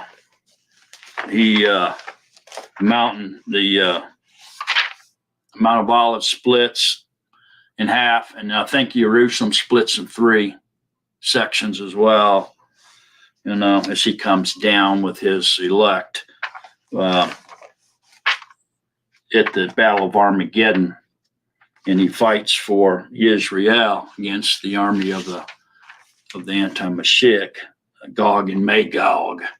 It's come across the Euphrates River, So, and then you can look into Zechariah 13 and 14, and it'll talk to you about it too. And says, I'll read a little bit to you in Zechariah 14. But read 13 and 14 yourself when you get a chance. It gives you great confirmation on this. But, and Yahusha shall go forth, and he shall fight against those nations as he fights in the battle, a yom of battle. So he's a warrior, man. He's not a weak pessimist, as most people try to portray him as. And he comes back with on his white horse, and he gets his elect gathered up with him. He comes back down to the Mount of Olives there. He's going to be right at the end of Battle of Armageddon, and he's going to fight for Israel. He's when he destroys the anti-Mashiach and his armies, okay, and throws them into the lake of fire. So he's a warrior. He's going to come in battle. Yeah. And in that day, his feet shall stand upon the Mount of Olives, which faces Jerusalem on the east. And the Mount of Olives shall be split in two from east to west, a very great valley, and half of the mountain shall move toward the north and half toward the south. And you shall flee to the valley of my mountain, for the valley of the mountains reaches to Atzal, and you shall flee as you fled from the earthquake in the days of Uzziah, servant of Yehuda. And Yahushua my Elohim shall come, and all the set apart ones with you. And in that yam it shall be, there is no light, it is dark, which is going to be the day of Yahuwah. And see all the set apart ones with you. So he's going to have his bride with him. The ones that were part of the first resurrection. Yeah, those are the set apart ones. And they're going to come with him down there. And as he battles against the anti-Mashiach right at the end of the Battle of Armageddon, then the day of Yahuwah comes, the earth's going to burn, and then he's going to reign on the earth. Very few men will be left and women, but there'll be enough to repopulate the planet within that 1,000-year span. And Jehoshaphat will be locked up. So a lot of things happen in his second coming. Okay, the first resurrection of the dead, the ones that remain alive, are transformed in the wink of an eye. They're all given immortality. That's the bride. His set apart ones are caught up and go up through the air. They fly away. They meet him in the clouds as he descends down upon the Mount of Olives. He comes down with the myriad, his myriad of messengers, and with his set apart ones. The great earthquake happens on the world. They're like it's the earthquake that's never ever been. It's going to be like a worldwide earthquake. The Mount of Olives are going to split. I think Jerusalem gets split in 3 parts. Okay, and then the anti-Mashiach, and it gets thrown into the lake of fire along with the false prophet. His army gets destroyed. Those are the wicked ones that are following him, especially the ones that's taken the mark of the beast, gets thrown into the lake of fire with him. And then Hashatan gets locked up in everlasting in chains and in everlasting darkness. Sheol probably down there next to Sheol somewhere in darkness. He gets locked up for 1,000 years. So a lot of things happen. And then the day of Yahuwah, the whole earth will burn. The sun's going to go black. The moon's going to turn red. The stars will be shaken. So a lot of things happen at the second coming of Yahushua now. A lot of things. But one thing that doesn't happen is people don't get pre-trib raptured up into heaven. Okay, and to get the void, the church that does the best job doesn't get to be picked by Yahushua to be the ones that are removed before the tribulation comes. That's what the rapture is. That's silliness. That's folly. That's dreams. That's men's imagination. That's a way to make money is what it is. Look how much money they've made off of the rapture theory. Billions of dollars, I'm sure. So it's a good way to make money. Matter of fact, I think they're coming out with a brand new one here shortly. They made so much money they can't leave it alone. They're coming out with another one here soon. So that doesn't happen for sure, but the rest of that stuff does. So since his elect, the bride, gets resurrected, the first resurrection of the ones that are dead and the ones that remain, get mortality and fly away, caught up in the clouds with him. That right there is what people call the post tribulation. See what I'm saying? But I don't know enough about it to tell you how it all plays out, whether or not they think that they just go to heaven, or what they say they do. but that's what they point to as a post-tribulation. So it's like the closest one to what the truth, but they really need to get rid of the post-tribulation verbiage and just say the first resurrection, because the word rapture or post-rapture is not in scriptures anywhere. None of the texts have that, but resurrection is. Even the King Jimmy calls it a resurrection. Income doesn't call it a rapture either. So it's new. It's only been out for 100, 150 years or so. And it's don't believe it. Okay. And the ones that do believe that, you need to stop believing it. Don't buy your, when your pastor or whoever priest wants to sell you pre-rapture insurance. It's time to get out of there because the falsehood's getting just a little bit too deep. Okay, it's getting so deep you're not going to be able to shovel your way out if you don't watch yourself. All right, folks. So that's the end of the study. I'm going to open this up. Let me see. We've been on here for 2 hours. I don't know that. Okay, so I'm going to throw the link out in case anybody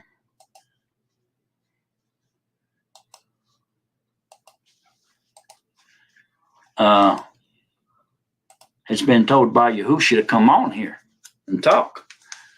If Yahusha's tapping on your shoulder, don't hesitate. Come on in here. An interesting point while we're waiting on somebody to get up the nerve to come in.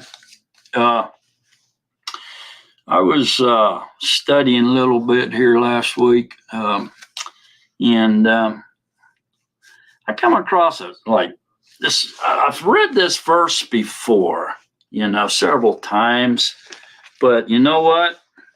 It just never struck me as hard as it did here on this time that I looked at it. And I want to kind of share it with you all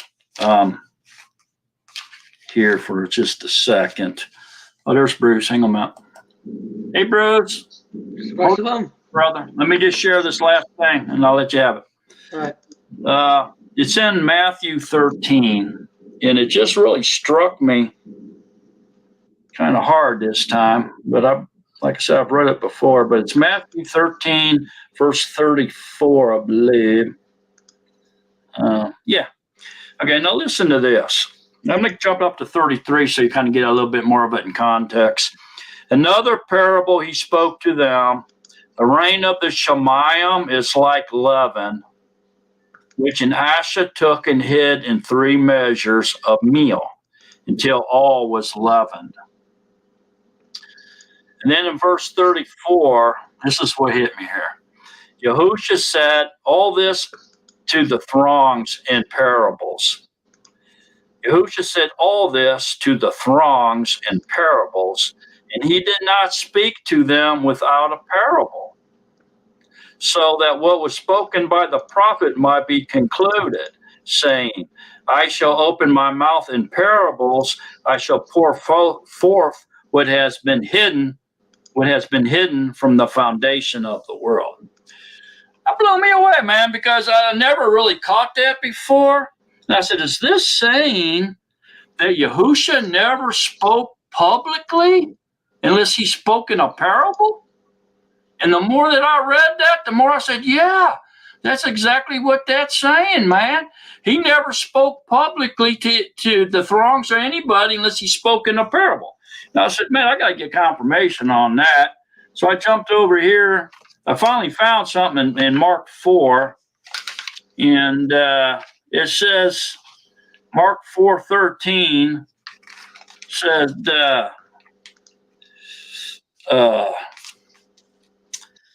and he said to them, do you not understand this parable? How then shall you understand all the parables?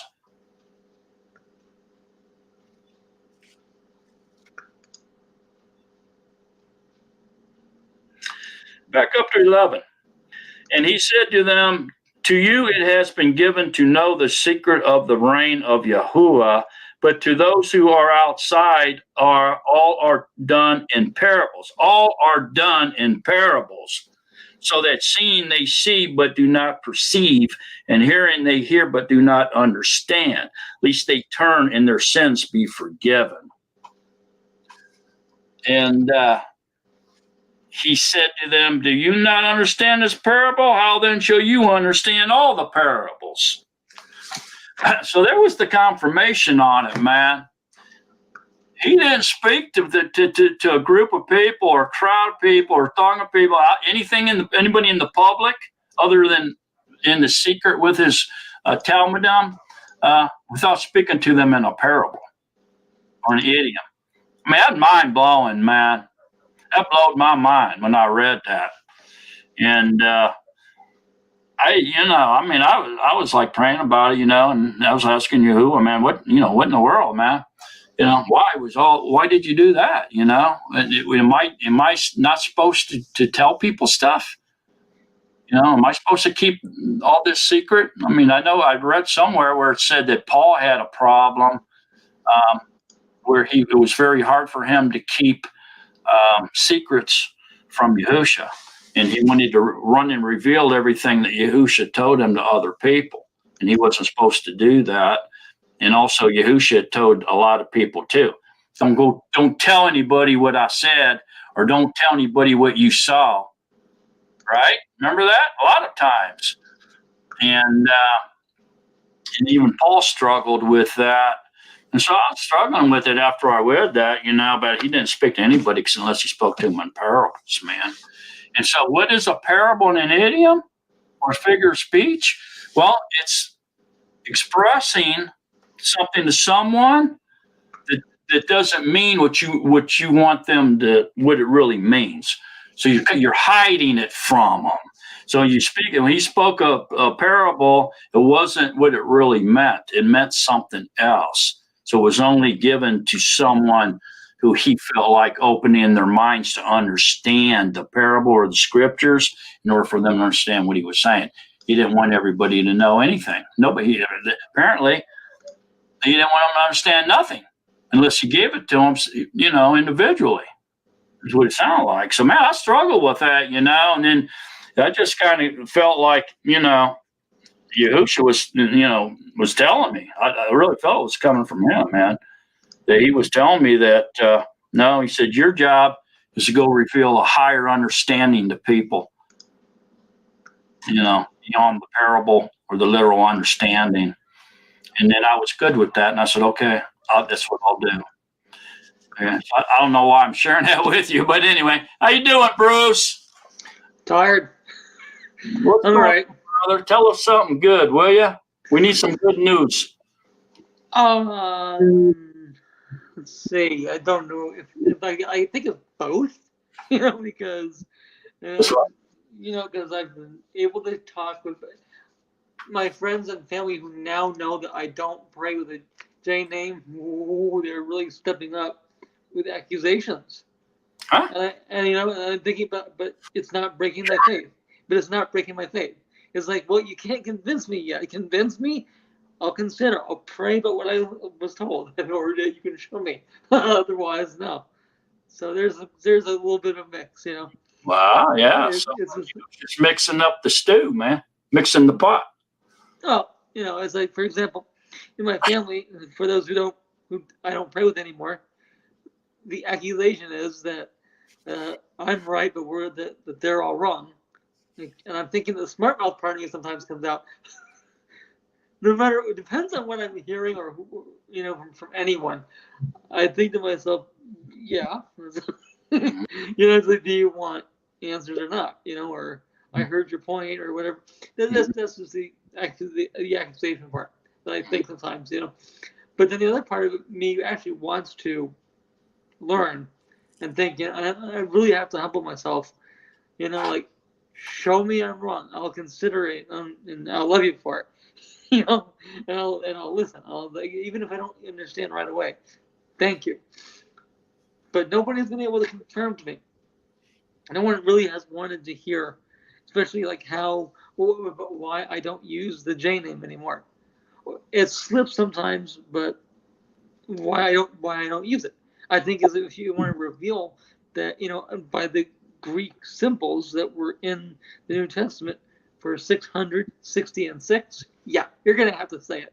You're going to have to know how it is combined, in order to reveal who the anti-Messiah is. But I mean, so far nobody really wants to know. Scarily, there's a Catholic who unfortunately is really kind of surrendered to the world, the medical world, because of her disability, and just like rambles off one thing after the other and says, "Do you understand?" Like, thinking, no, because of different topics, like all at once. And then I really believe that it was a demon who lied, who spoke to this woman, and because she called me out, saying that I don't have the holy, of course, as she used it, spirit in me. It's like, what? I never even said that to her.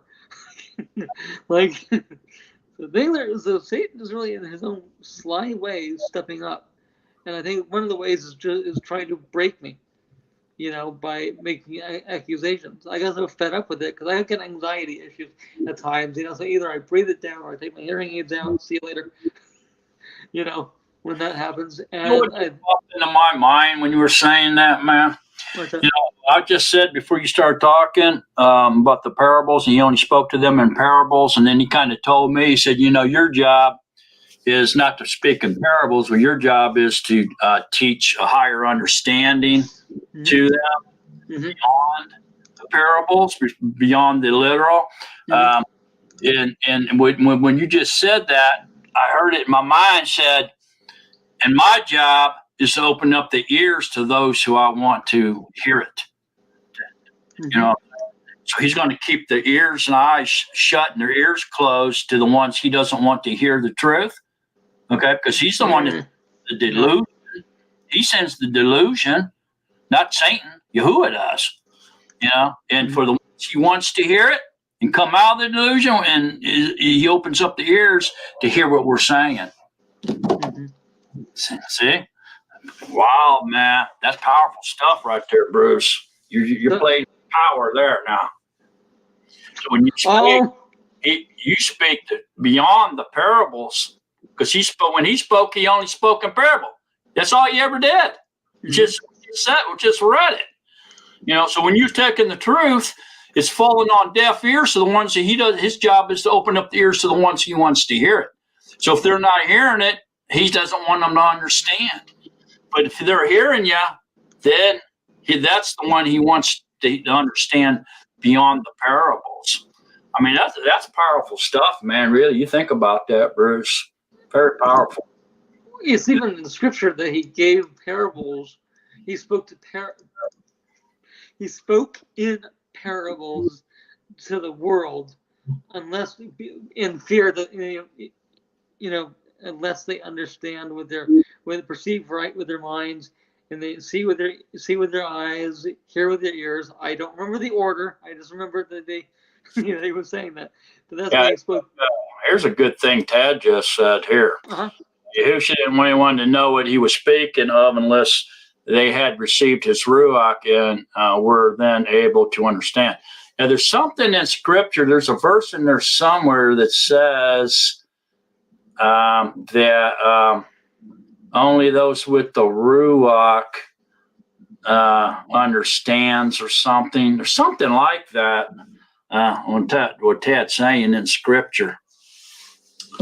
And that's a good point, Dad. I know there's something in there. Where is that? Is it? Where is it?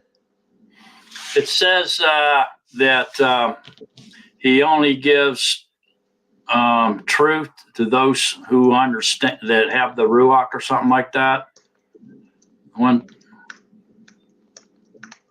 He only gives understanding to those who have his Ruach, something like that. Dad's comment there just made me think about that. Let's see if anything comes up. Okay, John 16, or Yehukanan 16, verse 13. However, when the Spirit of truth comes, he will guide you into all truth. He will not speak on his own. He will speak only what he hears, and he will tell you what is yet to come. That's not what I'm thinking of. Well, that's all I know when it comes up. Think of dig on it. What that verse is. Where is that? Acts. Maybe Acts. Is it Acts? Well, okay. Well, another one that comes up would be 1 Corinthians 2, verse 14. But a natural person does not accept the things of the Spirit of Yahuwah, really, for they are foolishness to him, and he cannot understand them because they are discerned only through the Spirit. Yeah, that's kind of hitting on it. Okay.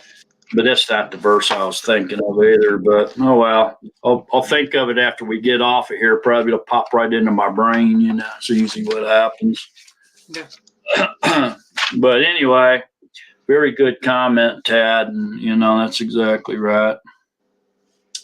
Yeah, I was actually just talking to Kinsley a couple days ago about that. You know, I was talking to her. Wait, when did I talk to her? Oh, yesterday.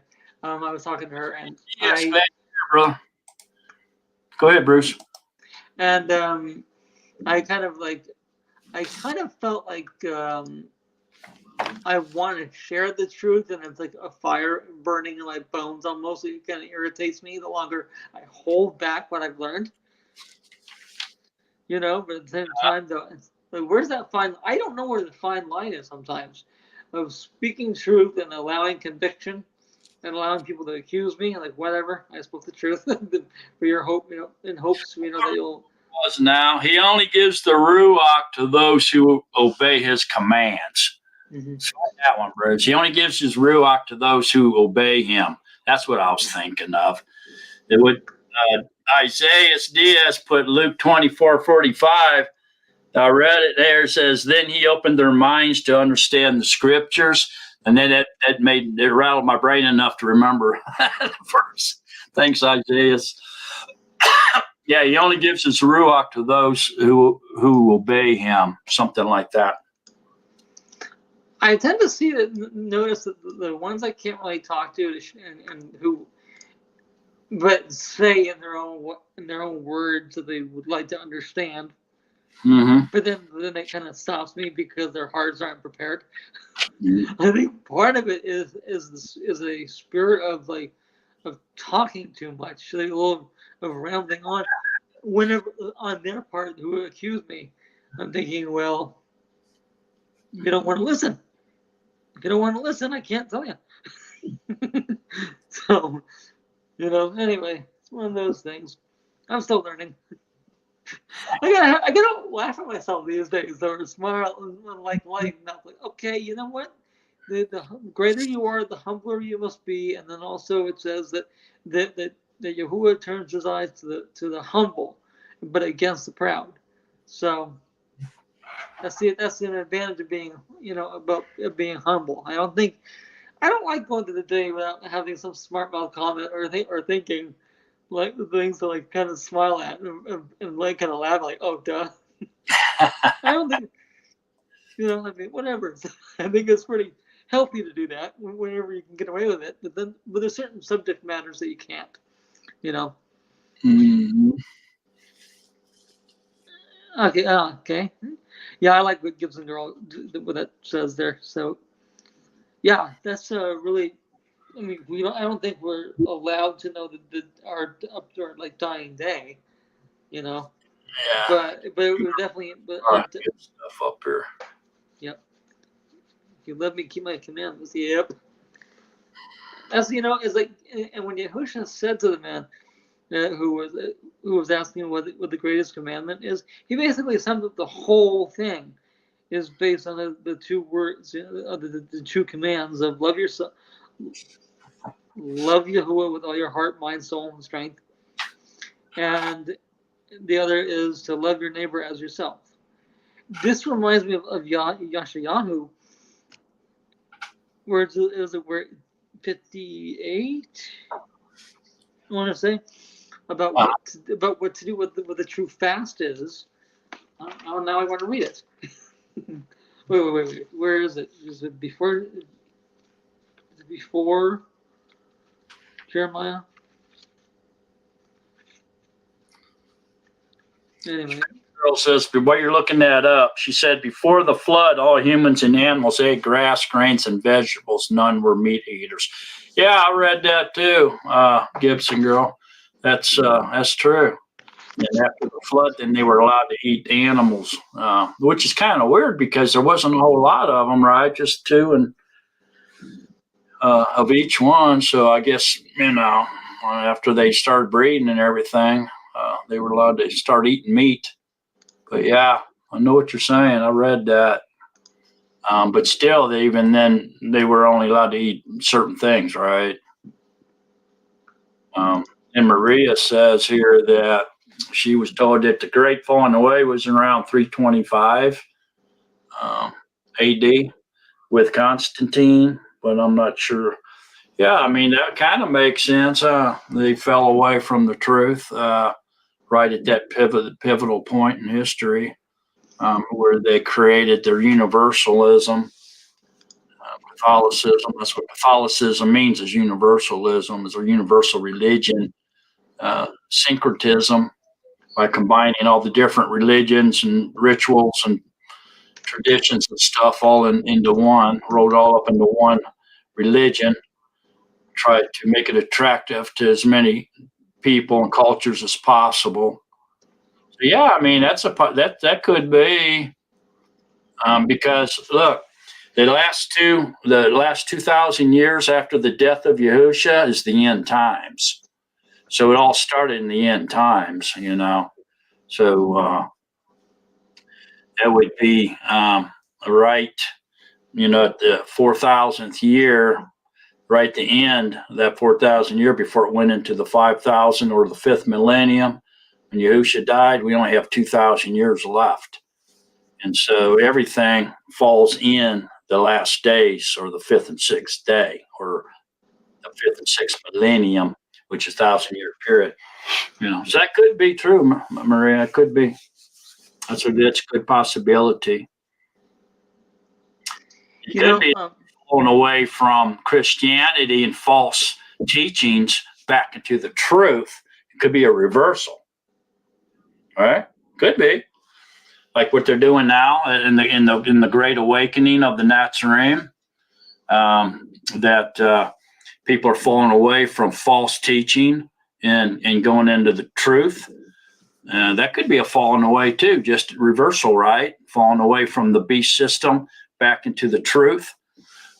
So that could be going on right now as well. But yeah, that's a possibility, Maria. It's a good thought, really. What are you saying now, Bruce? When they're talking about the great falling away and stuff, this really intrigued me. And I'm dare saying this because I like closure according to Yahushua's will on this. I did some little bit of studying. I wanted to know what it was, what was written for the 660 and 6 to reveal who it in Greek, who the Antichrist is, or who the Anti-Messiah is. Then I look at Muslim. Not every picture makes sense to me, and I think myself whatever, because Muslims or Islam has the same in some pictures. It does have the same lettering but sideways, and they have the same value, for their letters, and it translates to something different in Islam. And I'm reading an article that shares that says that Islam is offset by those who become Muslim. And then it says, like Americans and many other religious groups, a substantial share of adults who were raised Muslim no longer identify as members of the faith. But unlike some other faiths, Islam gains about as many converts as it loses. So I'm thinking to myself, it's very sly, because when I was looking at the whole Chi Sigma, as it translates to Christ Jesus in Greek, saying that so that for those who are watching and don't know it, well, that's what it translates to. The first letter, Chi or Chi, 600, and especially in Christmas with the X, that's 600. You just look at a numerical chart, and it's right across from each other. Literally, those letters are right across from each other, left to right. But in Muslim, I read that the translation actually translated to in the name of an A-L-L-A-H, the same symbols that were translated in Islam, translated to in the name of A-L-L-A-H. So I wonder, like some people who leave that, leave their faith for Islam, I'm thinking like, anyway, I really kind of wonder that, and it just kind of popped up into my head. Yeah, there's a lot of stuff out there. I'll tell you something kind of weird about that, though, that you just made me think of. It really was that, Yahuwah's real consistent in his figures when he prophesizes to us. Mm-hmm. And so what I mean by that is, like 2, 20, 200, 2,000 all mean 2,000. 4, 40, 400, and 4,000 all mean 4,000. Okay. And so 6, 6, 6, right? Mm-hmm. If you think about it, so 6, and then the other 6 means 60, and the other the one means 600, right? So really you have 6, 16, 600 in that 666, right? And so if we use Yahuwah's his numbers that he uses in his scripture prophecy, then 6, 60, 600, and 6,000 all mean 6,000. So could that be another confirmation that we're that during the anti-Mashiach's reign, that he's going to be coming at the end of the 6,000 year? That he only has 3.5 years, and we hit the 6,000. Once the anti-Mashiach comes on the scene, then we have 3.5 years to the year 6,000. See what I'm saying? So that could be another, somehow, some kind of a clue that we're really close to that 6,000th year. 6, 60, 600, and 6,000. You know what I'm saying? Huh. That's pretty wild, though, to think about. I never thought about that before until I was just sitting here listening to you talk, and I thought, wow, yeah, maybe that's Yahuwah's telling us that the anti-Mashiach was going to appear. He's going to come on the scene right at the end of, real close to that last, the 6,000th year, because 666 is 6, 60, 600, and 6,000. Very interesting, man. I never thought about that before. I'm going to get off here, brother. I got to got some things to do, and I appreciate you coming on like always, man. Welcome. And hopefully I'll see you next week. Maybe see you tomorrow, huh? Finish up the Right. That's real life. Yep. It's going to be a really good one, man. It came together real nice. And so as a reminder for everybody, Zoom at noon tomorrow. We'll be continuing on with our study of Revelation, the 7 seals, 7 trumpets, and 7 vials, and 7 thunders. And it's going to be about the 7 trumpets tomorrow. And don't miss it, man. It came together real nice. Anthony Rivera, give me a call or something, bro. Let me know what you're doing. So don't miss it. And those will be there. I'll see you tomorrow. And thank you, Bruce, for coming on this evening. Welcome. A lot of fun talking to you. Thank everybody for coming on the chat room and sharing your thoughts and helping out with, especially you, Gibson girl. I mean, you're on it, man. Putting all that stuff out there like that for everybody and sharing so they can get confirmation and read that stuff. It's very nice of you to be doing that. Thank you very much. And other than that, I'll see everybody else next Shabbat. And I think we'll talk about the two immersions this time. Next time, 2 immersions. So thanks for coming on, and so long, beloved of Yahuwah. Oh, and remember, in the meantime, to stay in love with Yahusha HaMashiach. So long, everybody. Bye-bye.